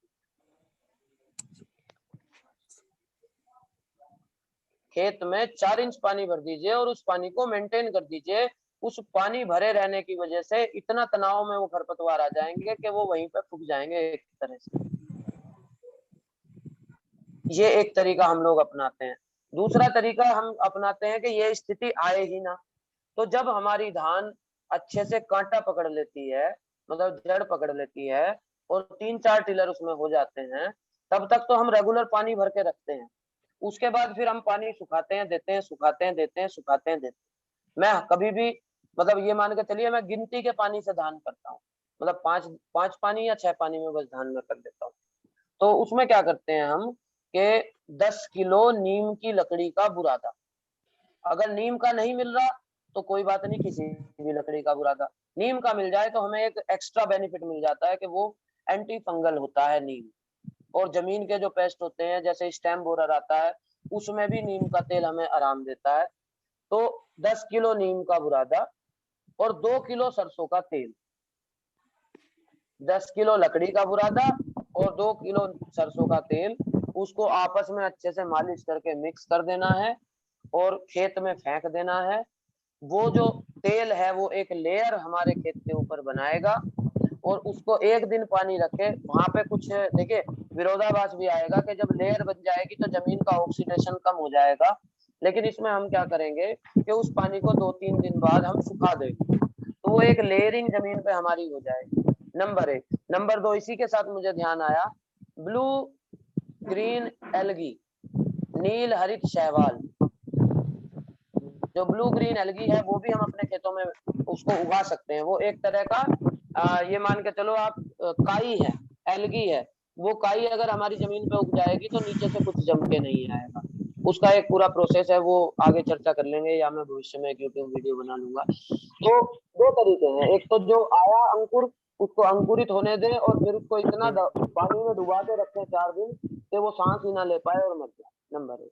नंबर 2, आप उसके आने से भी पहले आप ये सरसों की खली और नीम का जो बुरादा है इसका प्रयोग कर लें, बहुत बढ़िया रिजल्ट। इसके अलावा मैनुअल वीडिंग है, लगातार करते रहें, बीज बनने से पहले करते हैं। अगर खेत में हमारे मजदूर घूमेंगे ना तो वो पैरों से मिट्टी का कद्दू बनाएंगे दोबारा से। पंजाब में खासकर मुकेश शायद जुड़ा हो हमारी प्रेजेंटेशन में आज, मुकेश भाई के यहाँ पे सिरसा में या हरियाणा में भी ये क्या करते हैं, जबरदस्ती मजदूरों को 10-20 मजदूरों को खेत में घुसा देते हैं कि जाओ इस खेत में घूम के आओ, कबाड़ हो ना हो, तो उनके पैरों से उसमें गदड़ उठती है, दोबारा से मिट्टी में धूल बनती है और एक तरह से वो बहुत हल्की जुताई हो जाती है खेत की, ये मान तो जड़ों को ऑक्सीजन का संचार बढ़ जाता है। अब जो धीरज भैया इतनी मेहनत करते हैं श्री पद्धति में, जो वीडर चलाते हैं, साथ ही साथ जो कोनो वीडर चलाते हैं और इनका जो मैकेनिकल वीडर है वो चलाते हैं, यही तो करते हैं, ये पानी के अंदर उसकी जुताई करते हैं ताकि ऑक्सीजन का संचार हो और जड़ों का विकास हो और खरपतवार ना हो। जी साहब। नहीं नितिन भैया, ये मैं पूछ रहा था कि जैसे अपने यहाँ लगभग 1 फीट पानी कंटिन्यू रेगुलर रहता है, फिर तो सर कोई खरपतवार नहीं होना चाहिए, और अगर फिर भी खरपतवार हो रहा है तो वो बहुत जिद्दी है, उसमें मैं कुछ नहीं कर पाऊंगा। अच्छा अच्छा, मैंने वही पूछना था मेरे को। ठीक। हाँ, क्योंकि फिर वो वाले जी खरपतवार हैं जिनको नेक्स्ट पानी से फर्क ही नहीं पड़ता। अच्छा अच्छा, ठीक से कोई बात नहीं, okay sir, thank you sir, thank you thank you. Hello. Next अगले हैं सवाल दीजिए, तब हरिशंकर तक मैं चैट बॉक्स भी चेक कर लेता हूँ। हरिशंकर सिंह जी हैं। अपना परिचय दीजिए और सवाल रखिए। हरिशंकर भैया बनारस से हैं क्या? आई थिंक वो जगह नमस्कार नहीं लिखा है। नमस्ते भैया। हेलो नितिन जी। हाँ हाँ, मेरे नमस्ते। सारे आशीर्वाद देने वाले सब उपस्थित हैं।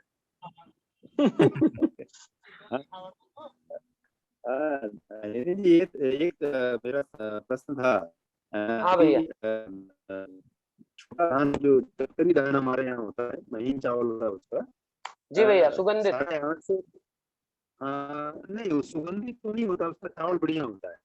जी जी ठीक है। तो मैंने जब उसको चावल उठाया भैया भैया तो थोड़ा खुले में आ जाइए, आपकी आवाज साफ नहीं आ रही हरिशंकर भैया। हाँ, अब बोलने का प्रयास कीजिए।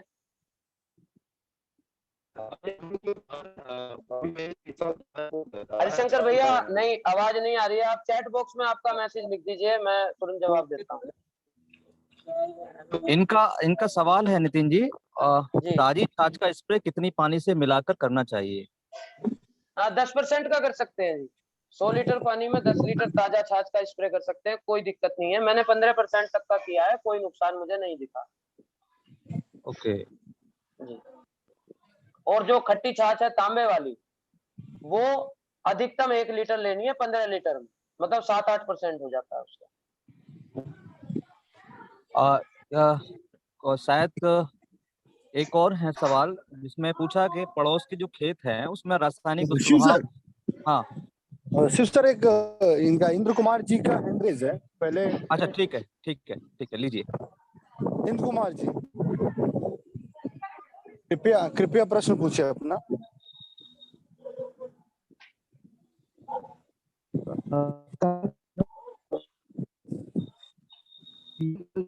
के लिए नहीं, नेटवर्क मुझे आवाज नेटवर्क नहीं का आ रही है।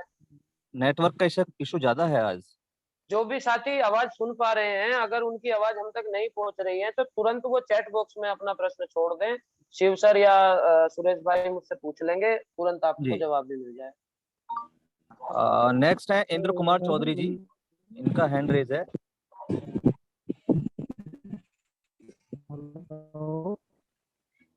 Hello hello sir. हेलो जी अपना बोलिए परिचय बोलिए। दीजिए, अपना सवाल रखिए। जी, मेरा सवाल है, एक एकड़ खेत के लिए जो है बीज के कितने की आवश्यकता है और बेड की क्या साइज होगा? जी देखिए, अगर हम खुले में, अगर हम क्यारी में बो रहे हैं, पहले तो ये बात कि भाई 1 एकड़ धान के लिए कितने बीज की आवश्यकता है। तो जैसे धीरज भैया ने भी बताया था, 5 से 8 5 से 8 किलो का आंकड़ा नॉर्मली चलता है हमारे यहाँ। नॉर्मली भी, वैसे भी वैज्ञानिक 5 से 6 किलो बीज बताते हैं।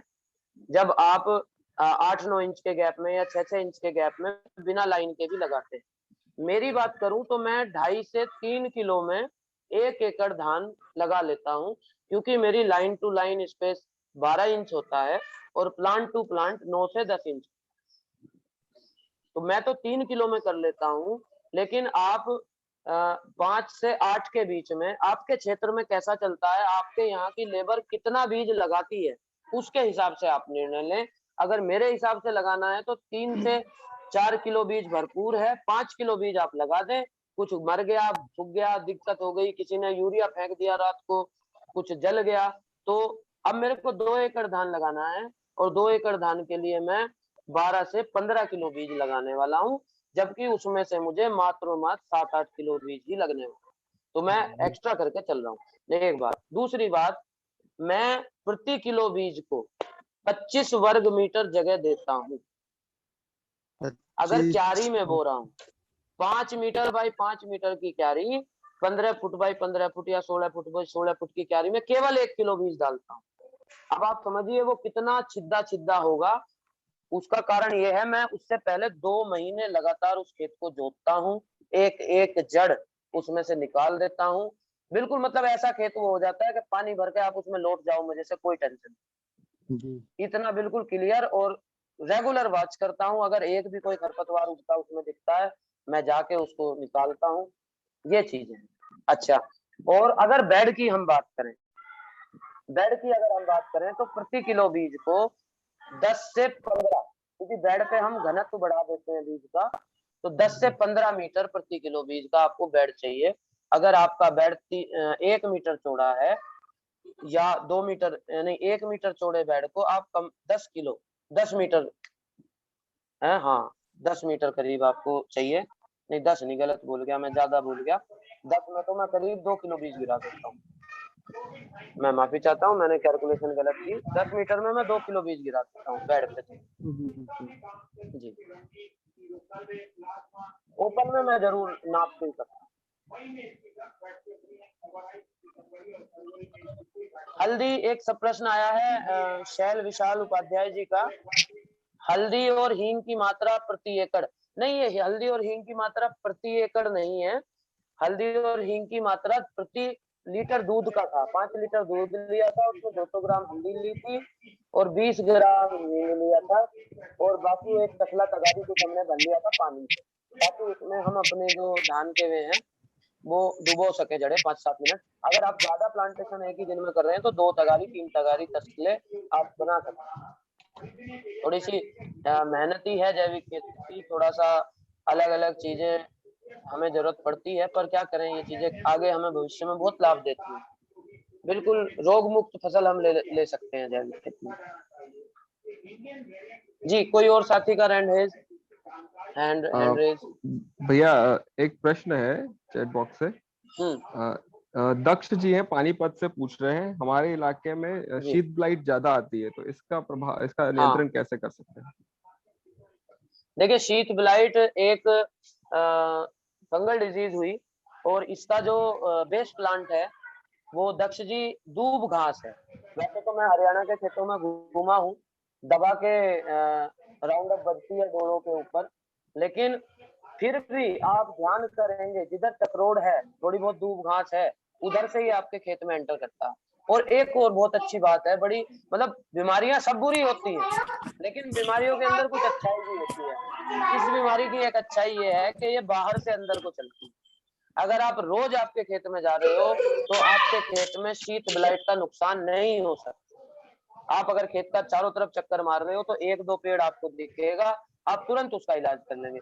शीत ब्लाइट का बहुत बढ़िया इलाज है तांबे वाली खट्टी लस्सी। अगर आप वो फंगल के समय पे, जब गाभे में हमारा धान होता है, उससे 7 दिन पहले से हर 10 दिन में 12 दिन में एक स्प्रे तांबे की लस्सी का कर देंगे तो आपके खेत में शीत ब्लाइट नहीं है। आ गई है तो भी आप उसका फिर ये मान के चलिए जो हमने 1 लीटर लिया है टंकी में, उसको 1.5 लीटर तक आप कर सकते हैं। और जिन पे आई है उन तनों को बहुत अच्छे से आप उसमें नहला दीजिए, लगभग खत्म हो जाएगी। फिर भी अगर नहीं खत्म हो रही है तो कॉपर ऑक्सीक्लोराइड का यूज करिए। बहुत ज्यादा हेक्साकोनाजोल, प्रोपेकोनाजोल और 3-4 हजार के जो हरियाणा में पैकेज दुकानदार बना देते हैं शीत ब्लाइट के लिए, उसके चक्कर में ना पड़े। मेरे एक मित्र हैं, शायद वेबिनार में भी होंगे, शमशेर जी गुरुजी हैं, टीचर हैं वो। मैं और वो पिछले साल धान के समय पे उनके खेत में थे, तो 1-2 पेड़ पे हमें शीत ब्लाइट नजर आई। मैंने कहा गुरुजी बताओ, उन्होंने पहले दुकान वाले के चलते हैं, उससे पूछते हैं, वो संतुलित भी करते हैं और जैविक भी करते हैं। तो संतुलित खेत का ये जिक्र है। दुकान पे गए जी, उसने हमें 3500 रुपए का सामान बांध दिया। मैंने कहा गुरुजी इनसे सिर्फ और सिर्फ आप कार्बेंडाजिम मैंकोजेब ले लो, उसका स्प्रे करके देख लो और एक हिस्सा छोड़ देना, आप उसमें तांबे वाली लस्सी कर देना। मैं कह के चला आया। 4 दिन बाद मैंने पूछा, मैंने कहा गुरुजी क्या रहा खेत का? बोले क्या रहा खेत, कुछ भी ना हुआ। मैंने कहा मतलब? मैं मैंकोजेब भी ना लाया उसके से। मैंने कहा ओहो फिर? बोले तांबे वाली लस्सी मार दी, जो पेड़ खराब थे बस वही खराब है, आगे तो बढ़ी ना है। आगे से मैं क्लोज वाच रखूंगा। बाद में पूछी, बस वही रुक गई जी मक्की भाई, पूरे खेत में मार दी थी उन्होंने तांबे वाली लस्सी। तो शीत ब्लाइट का बहुत आसान इलाज है, लेकिन भरे हुए खेत का कोई इलाज नहीं है। जब आपकी क्यारी 2 क्यारी शीत ब्लाइट के कंट्रोल उसमें आ जाएंगी तो आप कितना ही केमिकल मार लेना जी, कोई जो नुकसान होगा वो होकर ही रहेगा। बिल्कुल। नितिन भाई, इसमें मैं एक बात और जोड़ना चाहूंगा। हाँ जी सर, जरूर। हेलो। हाँ बोलिए। हाँ, एक्चुअली क्या होता है, जितनी भी बीमारियां धान में आती हैं उन सब की जो जड़ होती है, जो केमिकल खेती करते हैं वो तो यूरिया होती है उनकी जड़। और सही दूसरा जो बात। है ओवर मॉइस्चर, पानी ज्यादा जब भरा रहता है वो भी एक जी कारण होता है सारी बीमारियों को बुलावा देने का। और जो बिल्कुल बिल्कुल ऑर्गेनिक कर रहे हैं, जो आपने बताया बिल्कुल सही है। उसके साथ साथ जो अगर अच्छी कंपनी का सूडोमोनास फ्लोरोसेंस मिल जाए तो हल्दी के बिल्कुल साथ में बिल्कुल। उसका 2-3 बार स्प्रे करेंगे तो इसे शीत ब्लाइट ही नहीं, और बाकी जैसे फॉल्स स्मट है या लीफ जी स्पॉट है, सब में ही वो कारगर है। तो बहुत हल्दी बढ़िया। 50 ग्राम एक टंकी और 100 ग्राम जो है या 75 ml सूडोमोनास फ्लोरेसेंस पर अच्छी कंपनी जी का हो, क्वालिटी बढ़िया हाँ हो उसकी, तभी वो जी काम करेगा। तो उसका भी आप इस्तेमाल कर सकते हैं। बिल्कुल जी, सर, धन्यवाद। सही सही। कंटिन्यू रखें सर अपना। जी आ, नेक्स्ट सुरेश जी। जी नेक्स्ट प्रश्न है, अखिलेश कुमार पांडे जी पूछ रहे हैं कि जी नितिन जी, पड़ोस के खेत कभी रासायनिक हो तो उसके दुष्प्रभाव से हम हमारी फसल और हमारे खेत को किस तरह से बचा सकते हैं? जी अखिलेश जी, अगर आप ऑनलाइन हैं तो इसका जवाब ये है कि मैं अपने खेतों में चारों तरफ एक 15 फुट का पट्टा, मतलब डोलियां तो होती नहीं उसमें, क्यारियां तो मैं बनाता नहीं, लेकिन जब मैं गन्ना काट रहा होता हूँ तो वो 15 फुट का पट्टा, जो उसका जो गुड़ शक्कर बनता है वो हम अपने घर में खाने के लिए इस्तेमाल कर लेते हैं। पड़ोसी के दुष्प्रभाव से बचने का ये एक बस यही तरीका है कि हम अपनी बॉर्डर क्रॉप लगाएं, या जो हमारा क्या बोलते हैं शिव सर, आउटर एरिया को मैं एकदम से भूल रहा बॉर्डर हूँ। क्रॉप, बॉर्डर नहीं, buffer zone. Buffer buffer zone.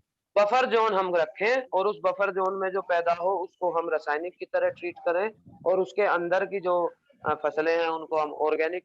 जैविक खेती के प्रमाणीकरण के लिए भी बफर जोन जरूरी है, हमेशा जैविक किसानों को रखना पड़ेगा। बिल्कुल। दूसरा ये है कि बहुत हम, जैसे कि अरहर है, अरहर का प्लांट घना हो जाता है और उधर से अगर कोई स्प्रे कर रहा है तो उसको ऑलमोस्ट रोक लेता है। या जायद का इसका समय है मार्च के बाद का, तो बाजरा हम लगा सकते हैं, मक्का हम लगा सकते हैं। मतलब ऐसी फसलें थोड़ी सी जो ऊंची हो और बाहर से आए कीटों के या रसायनों के दुष्प्रभाव को वो अपने तक रोक सके। मेड़ हमारी इतनी ऊंची हो कि जब बारिश ज्यादा हो तो पड़ोसी का पानी हमारे खेत में ना आए। इसका भी विशेष ध्यान हम जैविक किसानों को रखना पड़ता है, क्योंकि हम बहुत ज्यादा छाती चौड़ी करके अपना उत्पाद रसायन मुक्त कहते हैं और साथ में जोड़ते हैं दुनिया की किसी भी लैब में जांच करा देना। तो इसके लिए हमें बहुत ज्यादा जरूरी है बफर जोन का कोई भी उत्पाद हमारे उस ग्राहक तक ना पहुंचे जिसको हमने ऑर्गेनिक कह के दिया। आपसदारी में बांट लें, जो हमारे सहयोगी हैं उनको दे दें, इस तरह से करके बांट लें। उसको साधारण भाव में गांव में आप बेच दें, उनको ये बता दें कि देखो जी इसमें डाई यूरिया हमने कुछ नहीं डाला, पड़ोस से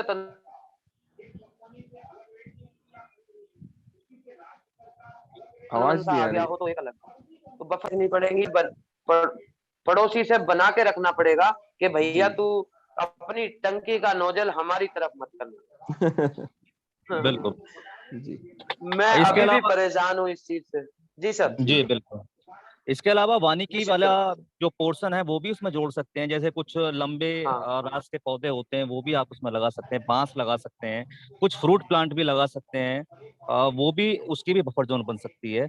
बाकी कुछ ऐसी बिल्कुल घास सर। आती हैं जो पूरे पूरे साल भर जो है एक्टिव रहती हैं, उनसे आप बफर जोन के साथ साथ में पशुओं के लिए चारा भी ले सकते हैं, जैसे बिल्कुल संपूर्ण सर। घास है, नेपियर घास है, तो ये भी आप ले सकते हैं।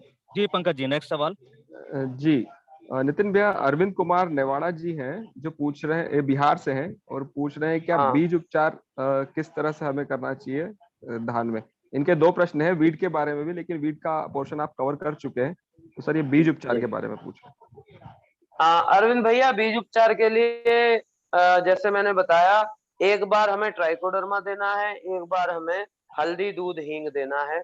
साथ ही साथ शिव सर ने जो ऐड किया सूडोमोनास भी, जो ट्राइकोडर्मा के साथ हमने दाना भिगोया है, उसमें हम सूडोमोनास के साथ भी सर दाने को ही भिगो देना ट्राइको सूडो में शिव सर। हाँ जी बिल्कुल भिगो दें, हाँ उसको भिगो के और रेगुलर तरना रखें उसको, एक बार या तो रात भर जैसे गीला किया, सुबह में आप कर सकते हैं इस काम को 1 घंटे के लिए, जी जी जी। या मतलब उसको बस उस पे मिक्सअप करना है उसको अच्छे तरीके से। सही सही। और दूध हींग हल्दी को के घोल से हम जड़ों को डुबो लेंगे 5-7 मिनट। बिल्कुल बिल्कुल, वो बहुत अच्छा है, वो भी बहुत अच्छा है, बिल्कुल।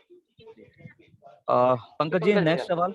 जी सर हमारे लगभग सभी प्रश्न हो चुके हैं, क्योंकि भैया ने बहुत अच्छे से कवर कर दिया सारा टॉपिक। तो भैया अभी तो नहीं है इसमें कोई प्रश्न। पंकज भी एक सवाल है। नितिन भैया, हाँ। आपने पोर्शन कवर किया है, आई थिंक शैलेंद्र मिश्रा जी का रीवा से प्रश्न था, और खेत हाँ में भैया। जैसे क्या जैविक खेती में क्या हमको पानी भी चेंज करते रहना चाहिए, उससे संबंधित उसके क्या फायदे जैविक खेती में? बहुत बढ़िया, बहुत बहुत धन्यवाद सर का ये सवाल बताने के लिए। रिसेंट 4-5 सालों में किसानों का एक अनुभव आया है कि धान में जैसे हमने एक क्यारी में पानी दिया और उस पानी को रात को हमने दिया और सुबह में निकाल दिया, मान लिया किसी गड्ढे में या किसी कुएं में हमने उसको निकाल दिया या खाई में भेज दिया, मतलब जो दोपहर में जो पानी गर्म होता है धान के अंदर, वो धान को कहीं ना कहीं नुकसान देता है। ऐसा किसान साथियों के अनुभव आए हैं। और जिन किसानों ने ये किया, ताजा पानी दिया और उसको गर्म होने से पहले निकाल दिया, फिर ताजा पानी दिया, गर्म होने से पहले निकाल दिया, उनको उत्पादन में 10 से 15% का लाभ हुआ। कीट प्रबंधन भी उनको कम करना अब तक ये है, ये अभी किसी विश्वविद्यालय से प्रमाणित नहीं हो पाया है, लेकिन किसानों के ये अनुभव है कि ताजा पानी देके और जब वो बासी हो जाए उसको निकाल देने पे धान में अच्छा रिजल्ट मिला है। नितिन भैया, इसमें एक चीज मैं ऐड करना चाहूंगा, इसमें अगर हम डेली ना कर पाए तो हमको 4 से 5 दिन में कर देना चाहिए पानी चेंज। क्या होता है, लंबे समय तक पानी अगर स्टोर रहता है तो उसमें ऑक्सीजन लेवल की भी कमी हो जाती है। बिल्कुल सही पॉइंट आपने बताया, आपने बिल्कुल सही पॉइंट बताया भैया, बिल्कुल। तो ऑक्सीजन लेवल की कमी हो जाती है, इसलिए हमको फ्रेश पानी चेंज कर देना चाहिए। बिल्कुल, ऑक्सीजन लेवल की कमी होती होगी, कुछ मीथेन की बढ़वार होती होगी, क्योंकि धान के साथ कहा जाता है कि धान से मीथेन का उत्सर्जन कैसे होता है, मेरे को एग्जैक्ट आइडिया नहीं है। चलिए बहुत अच्छा नितिन जी। अब पंकज जी और सुरेश जी, समय काफी हो चला है, तो हमारे बीच में हमारे गुरुजी doctor Shri BN Singh sir हैं। तो आज सर की को जो नमस्कार। आज की जो वेबिनार है, मैं सर को आमंत्रित करूंगा, जो कि चावल के धान के पितामह कहे जाते हैं हमारे उत्तर प्रदेश में, और देश विदेश में काम किया है सर ने। तो मैं आदरणीय BN सिंह सर को आमंत्रित करता हूं कि वो आज की मीटिंग का रिव्यू करें और हमारा मार्गदर्शन करें। जी प्लीज सर। चलिए, बहुत बहुत धन्यवाद काजला जी का, नितिन काजला जी का, उन्होंने बड़ी अच्छी जानकारी दी। मैं भी ऑर्गेनिक फार्मिंग करता हूं और उसमें मैं काला नमक लगाता हूं और पिछले 5-6 सालों से मैं कर रहा हूं। और कुछ चीज़ें हैं जो कि मैं ऐड करना चाहूँगा। एक तो इन्होंने जो बताया था कि ढैंचा को इन्होंने हैरो से पलटा था। यदि आपके यहाँ रोटावेटर है तो रोटावेटर से इतना बढ़िया वो उसका वो खेत में मिल जाता है कि मतलब कि वो बिल्कुल मिट्टी में मिल जाता है रोटावेटर से। उसको जी सर, कितना भी बड़ा ढैंचा हो, आप उसमें रोटावेटर चला दें और वो बिल्कुल मिट्टी में बारीक होकर के वो मिल जाता है। दूसरा ये है कि इन्होंने जो बहुत अच्छी जो बात बताई कि इन्होंने कहा कि पारबॉयल राइस करते हैं। हमारी एरिया में क्या है कि जो घरों में ट्रैक्टर ड्रिवन जो वो मशीन होती है जो अरवा चावल बनाते हैं वो लाते हैं। हमारे यहाँ पारबॉयलिंग की सुविधा नहीं है, तो कई सारे किसानों ने जो बासमती उगाया, चाहे 1509 है या कोई भी 1121 है या बासमती वन है, तो उसमें वो ब्रोकन राइस हो जाता है, टूट जाता है। ये बड़ी अच्छी बात है कि ये जो मिल पे ले जाते हैं वहाँ पे पारबॉयल राइस करते हैं और वो उसका चावल नहीं टूटता है, क्योंकि बासमती चावल आपको कम से कम 50 मतलब यदि वो साबुत है तो 80 रुपये से कम नहीं बिकेगा, और यदि ब्रोकन है तो भी 3/4 ब्रोकन है तो भी 50-60 रुपये से कम में नहीं बिकेगा। ये बड़ी अच्छी बात है कि ये उगा करके हम लोग जो काला नमक लगाते हैं वो भी करीब 70 रुपये किलो बिक जाता है, और जब शहर में आता है गोरखपुर में तब तो 80 रुपये है, और लखनऊ यदि चला जाता है तो 100 रुपये किलो है। तो हम ये कहते हैं कि जो जहाँ पे वो बासमती, जैसे बासमती में समस्या एक तो टूटने की है, मतलब कि ब्रेकेज बहुत ज़्यादा है, और दूसरी समस्या जो है कई लोगों ने जो अभी चर्चा भी किया कि बकानी है। बकानी तो आती ही आती है, उसका कंट्रोल बहुत डिफ़िकल्ट है। और हालांकि मैं जो बीज लाया था ERI से लाया था, लेकिन उसमें भी बकानी हो गई, उन्होंने ट्रीट नहीं किया था या जो भी हो। तो दूसरी जो चीज़ है कि एक मस्टर्ड केक है जहाँ पे और ये सब चीज़ें सूडोमोनास और ये सारी चीज़ें नहीं हैं, तो हम नीम की खली और मस्टर्ड दोनों जो है देते हैं। नीम की खली देने से क्या होता है, नीम की खली थोड़ी महंगी है, करीब पहले तो 22-24 रुपये किलो में मिल जाती थी, पिछले साल थोड़ा कोरोना के नाते वो 28 रुपये किलो मिली। तो वो हम देते रहते हैं जिससे कि हमारे जो इंसेक्ट पेस्ट की प्रॉब्लम है वो कम हो जाती है। और नीम का जो तेल है, अभी वो इफको जो है नीम और करंज का तेल भी मिक्स करके देता है। और जैसे झारखंड में है वहाँ करंज के पेड़ बहुत हैं, तो करंज की खली वहाँ बहुतायत में मिली।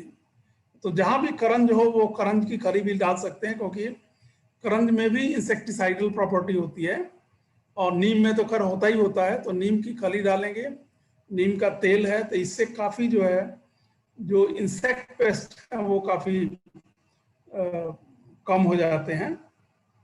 और तीसरी बात मैं कहना चाहूँगा कि इसमें यदि SRI करें 25 बाई 25 सेंटीमीटर पे आप कर रहे हैं, और इसमें आप कोनो वीडर चलाएं या रोटरी वीडर जो कहते हैं, तो इससे क्या होगा कि आपका जो खरपतवार है वो भी उसमें मिल जाएगा।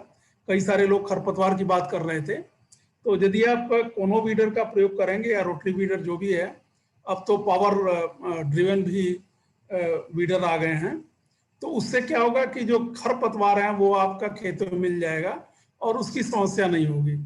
यदि आप 2-3 बार चला देंगे तो वो आप टिडलिंग भी अच्छी हो जाएगी और उपज भी बढ़ जाएगी। तो हम तो वैसे इसमें शुरू में जो है IRI से अजोला भी लाए थे, अजोला भी प्रयोग कर सकते हैं, जो ब्लू ग्रीन एल्गी है उसका भी प्रयोग कर सकते हैं। और ग्लिसिडिया होता है एक, वो भी एक लेग्यूम क्रॉप है, जैसे कि ढैंचा, उसका पेड़ लगा करके और उसकी ब्रांचेस काट करके खेत में डाल देंगे तो उसकी जो पत्तियां होती हैं उसमें 1-2% नाइट्रोजन होता है और वो खेत में मिल जाता है। तो आपके खेत की जो नाइट्रोजन है, मैं आंध्र प्रदेश में गया था, श्रीकाकुलम डिस्ट्रिक्ट में, वहाँ पे गाल मिर्च की समस्या थी और मैं वहाँ गया तो उन्होंने बंड्स पे, एक तो कैनाल था इरिगेशन के लिए, वहाँ उन्होंने बहुत सारा ग्लिसिडिया का पेड़ लगाया हुआ था। तो मैंने पूछा कि आपने क्यों लगाया है, क्योंकि मैं जब अफ्रीका में था तो वहाँ ग्लिसिडिया जो है वो हेजरो प्लांटिंग में जो है उसमें काफ़ी यूज होता था। तो उन्होंने कहा साहब कि हम क्या करते हैं कि जैसे हमारा धान का सीजन आता है तो एक ग्लिसिडिया की ट्विक्स काट करके हम रोपाई मतलब पडलिंग करने के 1-2 दिन पहले खेत में डाल देते हैं तो उसकी पत्तियां गिर जाती हैं और दूसरे दिन उसके जो ट्विक्स हैं वो हम उठा करके बाहर निकाल देते हैं और जो पत्तियां हैं उससे जो नाइट्रोजन मिलता है वो हमारे खेत के लिए काफ़ी फायदेमंद होता है। तो ये सारी बहुत सारी चीज़ें हैं। आप, एक तो वाटर क्वालिटी है जिसके बारे में उन्होंने चर्चा नहीं किया, जो आप इरिगेशन वाटर यूज कर रहे हैं, यदि कैनाल इरिगेटेड है तो उसकी पानी की थोड़ी जांच करा लें। वैसे तो अभी आर्सेनिक की भी प्रॉब्लम होने लगी है और बहुत सारे क्षेत्रों में आर्सेनिक, जब हम अंडरग्राउंड वाटर यूज कर रहे हैं इरिगेशन में तो आर्सेनिक एक समस्या हो गई है। तो ऐसे क्षेत्रों में आप ऑर्गेनिक फार्मिंग नहीं करें, क्योंकि आर्सेनिक के लिए कुछ रेजिस्टेंट वैरायटी हैं जिसका कि हम अपने CRD फार्म में मुक्ताश्री है उसका हम बीज मल्टीप्लाई कर रहे हैं और किसानों को ऐसे जो क्षेत्र हैं जिसमें आर्सेनिक प्रभावित हैं उनको हम 1-2 किलो फ्री देते हैं। तो अपना खुद मल्टीप्लाई कर लें। और ये लखनऊ जो हमारा NBRI है वहाँ से विकसित की गई है और विशेषकर ये वेस्ट बंगाल के किसानों के लिए की गई है, क्योंकि बोरो धान में वहाँ पे आर्सेनिक की समस्या बहुत है। तो मैं बहुत धन्यवाद देना चाहूँगा क्या नाम है हमारे काजला जी का, जो कि एक प्रैक्टिकल फार्मर हैं और कर रहे हैं, और विशेषकर जो इन्होंने पारबॉइल राइस करके और जो बासमती की खेती किया इन्होंने, तो उससे जो ब्रेकेज है वो काफ़ी कम होता है। लेकिन बहुत सारी किस्में हैं, जैसे हमारे जबलपुर स्टेशन पे जो सुगंधित धान हैं, जो कि बहुत सारे अभी पीछे लेक्चर हुआ था, तो उनको यदि आप ऑर्गेनिक करेंगे तो वो भी कम से कम 60 रुपए किलो से कम में नहीं होगा। और वो फोटो सेंसिटिव वैरायटी हैं, लेट हैं, और उनकी भी आप खेती कर सकते हैं। उसमें खाद की मात्रा भी कम लगेगी और कीड़े मकोड़े भी कम ही लगते हैं। तो उन जो हमारी ट्रेडिशनल सेंटेड वैरायटी हैं उनको भी आप ऑर्गेनिक फार्मिंग में, यदि छत्तीसगढ़ है, मध्य प्रदेश है, या और भी क्षेत्र हैं, उड़ीसा है या अन्य राज्य में भी करेंगे, तो जैसे काला नमक हमने बताया कि 60-70 रुपए से किलो चावल उसका नहीं, उससे कम में नहीं बिकता है। तो इसमें आपको ज़्यादा फायदा होगा। और ऑर्गेनिक करेंगे तो उसमें कीड़े मकोड़े या बीमारियां भी कम होती हैं। अब जैसे इनके यहाँ तो बासमती में नहीं समस्या है, लेकिन ब्राउन WBPH है, फिर क्या नाम है ब्लास्ट है। ब्लास्ट के बारे में इन्होंने चर्चा नहीं किया। ब्लास्ट एक इसमें बहुत बड़ी समस्या है और जो पंजाब हरियाणा में ग्रो करते हैं और जो वो ब्लास्ट के लिए जो केमिकल यूज करते हैं उसका पेस्टिसाइड रेजिड्यू भी मिला है, जो कि हमारे एक्सपोर्ट में बहुत समस्या होती है। तो बासमती में बहुत सारी समस्याएं हैं। तो आप जो ट्रेडिशनल वैरायटी है हर जगह है, क्या नाम है, पश्चिमी उत्तर प्रदेश में तो बिदुली है और क्या नाम है तिलक चंदन है, ये सब भी वैरायटी बहुत अच्छी हैं जिनमें कि बीमारियां, कीड़े कम लगते हैं और उनकी क्वालिटी अच्छी होती है। चावल भी कम से कम 60 रुपए किलो बिकता है। तो मैं बहुत बहुत धन्यवाद देना चाहूँगा हमारे बलराम संदेश के ऑर्गेनाइजर्स को कि उन्होंने एक किसान को मौका दिया और उन्होंने अपनी जो बहुत सारी तकनीक है उसकी जानकारी दी, और हमने जो कुछ ऐड किया है वो रोटावेटर से और ये सब चीज़ें जो है उसको करके, और मैं पिछले उसमें मैं नई वेराइटीज़ भी जो हमारी बोना काला नमक आया उसको भी ट्राई कर रहा हूँ, और उसमें बीमारी वगैरह भी कम है। तो आप नई किस्में भी जो है विभिन्न राज्यों के और विभिन्न जगहों के लिए आप कर सकते हैं। बहुत बहुत धन्यवाद। जी सर, शुक्रिया, बहुत बहुत शुक्रिया गुरुजी, आपने बहुत अच्छा रिव्यू किया। और मैं समझता हूँ कि जो एक बात आपने कही कि ट्रेडिशनल वैरायटी हमको वास्तव में करनी चाहिए, क्योंकि वो रेजिस्टेंट भी होती हैं इंसेक्ट और बाकी चीज़ों के लिए, और उनकी कॉस्टिंग भी अच्छी है। तो मैं बाकी जो पार्टिसिपेंट्स हैं उनसे निवेदन करूंगा कि वो इस तरफ जाएं, क्योंकि जैव विविधता अगर करनी है तो हमको इस तरफ आना ही पड़ेगा। अब मैं जो हमारे मेंटर हैं और बलराम संदेश के मार्गदर्शक हैं, डॉक्टर देवेंद्र प्यासी, जो कि अलसी के वैज्ञानिक हैं जवाहरलाल नेहरू कृषि विश्वविद्यालय में, मैं उनको आमंत्रित करूंगा कि वो सारांश और सभी का धन्यवाद करें। जी sir, over to you sir.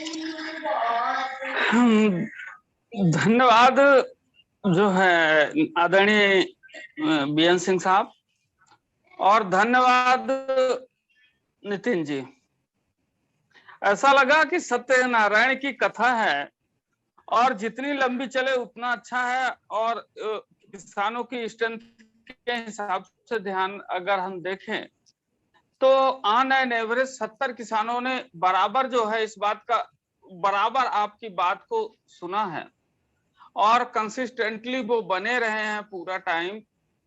हमारी आज की स्ट्रेंथ 78 तक गई है, लेकिन एवरेज में हम 70 किसान ऐसे मानते हैं, जिसमें सर्वाधिक प्रतिनिधित्व मध्य प्रदेश के बाद अगर किसी राज्य का रहा तो वो हरियाणा है। जितना मैं देख पाया उसमें आज के वेबिनार में हमें 10 से ज्यादा मध्य प्रदेश, उत्तर प्रदेश, छत्तीसगढ़, राजस्थान, बिहार, गुजरात, हरियाणा, जम्मू और पंजाब, कैलाश शर्मा जी भी थे पंजाब से। तो इस तरीके से ये जो है 10 राज्यों का प्रतिनिधित्व मिला आज के वेबिनार में। जो सबसे इस वेबिनार को कराने का बलराम की धान सीरीज में कोशिश ये की गई थी कि 3 वैज्ञानिकों के लेक्चर रखे जाएं और 3 जो है किसानों के लेक्चर रखे जाएं, और जिनके माध्यम से ये आवश्यक, जिनके माध्यम से एक्चुअली वैज्ञानिक जो बताते हैं किसान उनको कम मानते हैं, लेकिन जो किसान को बताता है उसको किसान बहुत मानते हैं। मेरा अपना ये है, तो उस पे ये कोशिश की गई। मेरे पास नितिन जी के अलावा कोई इतना जो है कह सके कि वह 100% जैविक करते हैं। विगत 6 सालों से हम लोग आपस में जुड़े हुए हैं, टीम बलराम नितिन जी के साथ, और नितिन जी टीम बलराम के साथ, और भी संस्थाएं भी साथ रही हैं, जिसमें हम लोग आपस में अपने अपने विचारों का किसानों के हित में, किसानों को जानकारियां समय से पहुंचाने में, जो अपनी किसानी प्रैक्टिस है उसको पहुंचाने में, जो वैज्ञानिक प्रैक्टिस है उसको पहुंचाने में हम लोग अपना अपना योगदान हमेशा देते रहे हैं। तो एक तरह से हम आपस में एक दूसरे के लिए पूरक हैं, एक दूसरे के सहयोगी हैं, और हमेशा सहयोगी बने रहें, ऐसी ईश्वर से प्रार्थना है। निश्चित रूप से जो आज का फोकस था, मैंने भी नितिन जी से निवेदन किया था कि जैविक तरीके से उत्पाद को बना लेना महत्वपूर्ण नहीं है, महत्वपूर्ण यह है कि आपने अपने उत्पादों का विपणन कैसे किया और कितनी सफलता से आपने उसका विपणन किया। और निश्चित रूप से जो नितिन जी का मॉडल है वो एक दिन में तैयार नहीं होते। ऐसे मॉडल आपको अपने उपभोक्ताओं पे विश्वास को अर्जित करना होता है, और उसके लिए नितिन जी ने जो प्रयास किए हैं वो निश्चित रूप से बहुत ही जो है किसान को प्रेरणादायक है, अपनाने के लिए, आत्मसात करने के लिए प्रेरणा दे सकते हैं। और मैं खुद नितिन जी का घोर प्रशंसक हूं, और इनके उत्पादों का जैसे ही हमको मौका मिलता है मैं खुद लाभ लेता हूं। और इनका गुड़ और खाण आज भी हमारे पास मौजूद है, जो हाल ही में हमें प्राप्त हुआ है। और ऐसा कोई दिन नहीं होता, अगर हम सागर में हैं तो एक बार तो कम से कम खाएंगे उसको निकाल के। काफी अच्छे उत्पाद बनते हैं और सबसे बड़ी बात है कि हमारा विश्वास है उस विधा पे जिसको हम भी मानते हैं, अपनाते हैं और नहीं कर पाते हैं।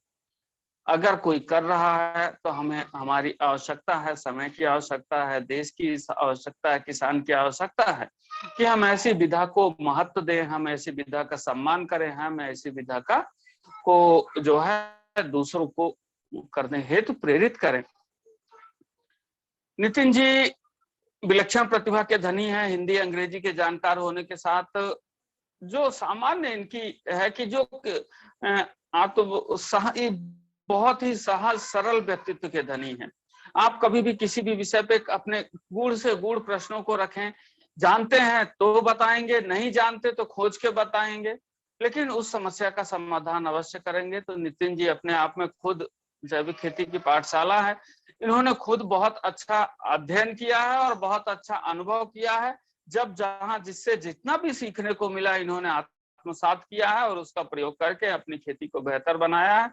मैं दिल की गहराइयों से बलराम संदेश की ओर से, टीम बलराम के सभी लोगों से की ओर से और आज जितने भी किसानों ने पार्टिसिपेट किया, हमारे 76-78 किसानों की ओर से आदरणीय नितिन जी के उज्जवल भविष्य की कामना करता हूं और ये इच्छा रखता हूं कि नितिन जी का सहयोग बलराम संदेश को, टीम बलराम को किसानों के हित में और मार्गदर्शन में हमेशा मिलता रहेगा। और नितिन जी के उज्जवल भविष्य, स्वस्थ और सबकी कामना करता हूं। अभी हाल ही में नितिन जी कोविड से उभरे हैं और इसके बावजूद भी इन्होंने हमारे आग्रह को स्वीकार किया। ये इनका बड़प्पन है, चाहते तो मना कर सकते थे, लेकिन इन्होंने जो है अपना समय दिया, भरपूर उसकी तैयारी की। तो मैं नितिन जी को साधुवाद करता हूं और उनके प्रशंसकों में एक हूं, ये सबको पता है। और आज की मीटिंग की जो है आभार प्रदर्शन के लिए मैं टीम बलराम की ओर से हमारे आदरणीय व्यास सर जो वरिष्ठ हैं हमारे, और टीम बलराम में आदरणीय व्यास साहब और आदरणीय राजेंद्र चौरे साहब का सतत मार्गदर्शन, निर्देशन और मिलता रहता है। और मैं आमंत्रित करता हूं आदरणीय व्यास सर को कि आज के हमारे ऐसे किसान बहुत कम देखने को मिलते हैं, खासकर अपने प्रदेशों में।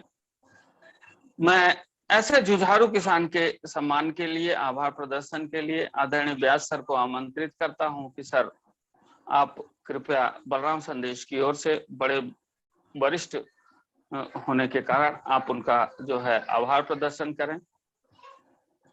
आदरणीय व्यास सर। धन्यवाद प्यासी जी। निश्चित ही जैसा कि आपने कहा कि आज जो है इतना सुंदर प्रस्तुति एक किसान की तरफ से मैंने आज तक नहीं, मेरे अपने 40 साल के कैरियर में किसी किसान की इस तरीके की प्रस्तुति नहीं दी। हमने अभी तक 2 किसानों को जैविक विधा के बारे में ही बताने के लिए बुलाया था।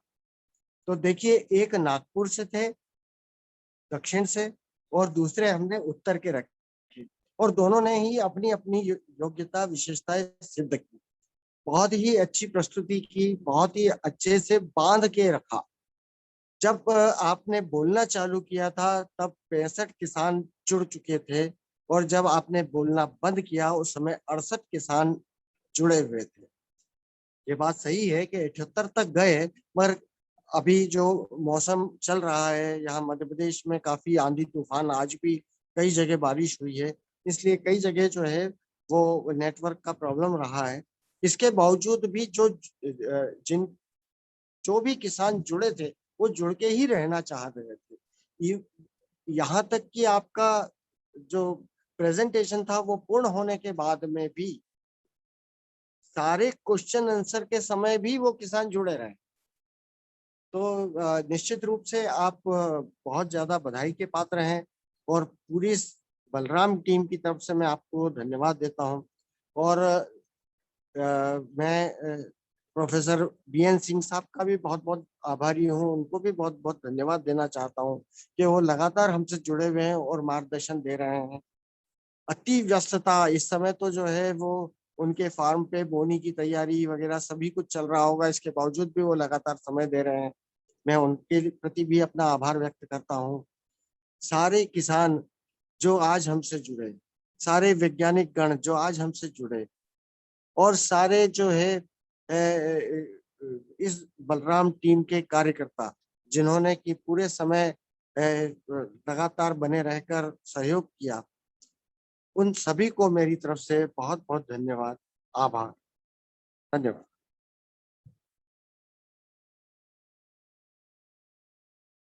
इसी के साथ में हम अपना आज का वेबिनार यहीं समाप्त करते हैं। शुभ रात्रि, जय बलराम। जय बलराम, शुभ रात्रि। बहुत बहुत धन्यवाद सभी को।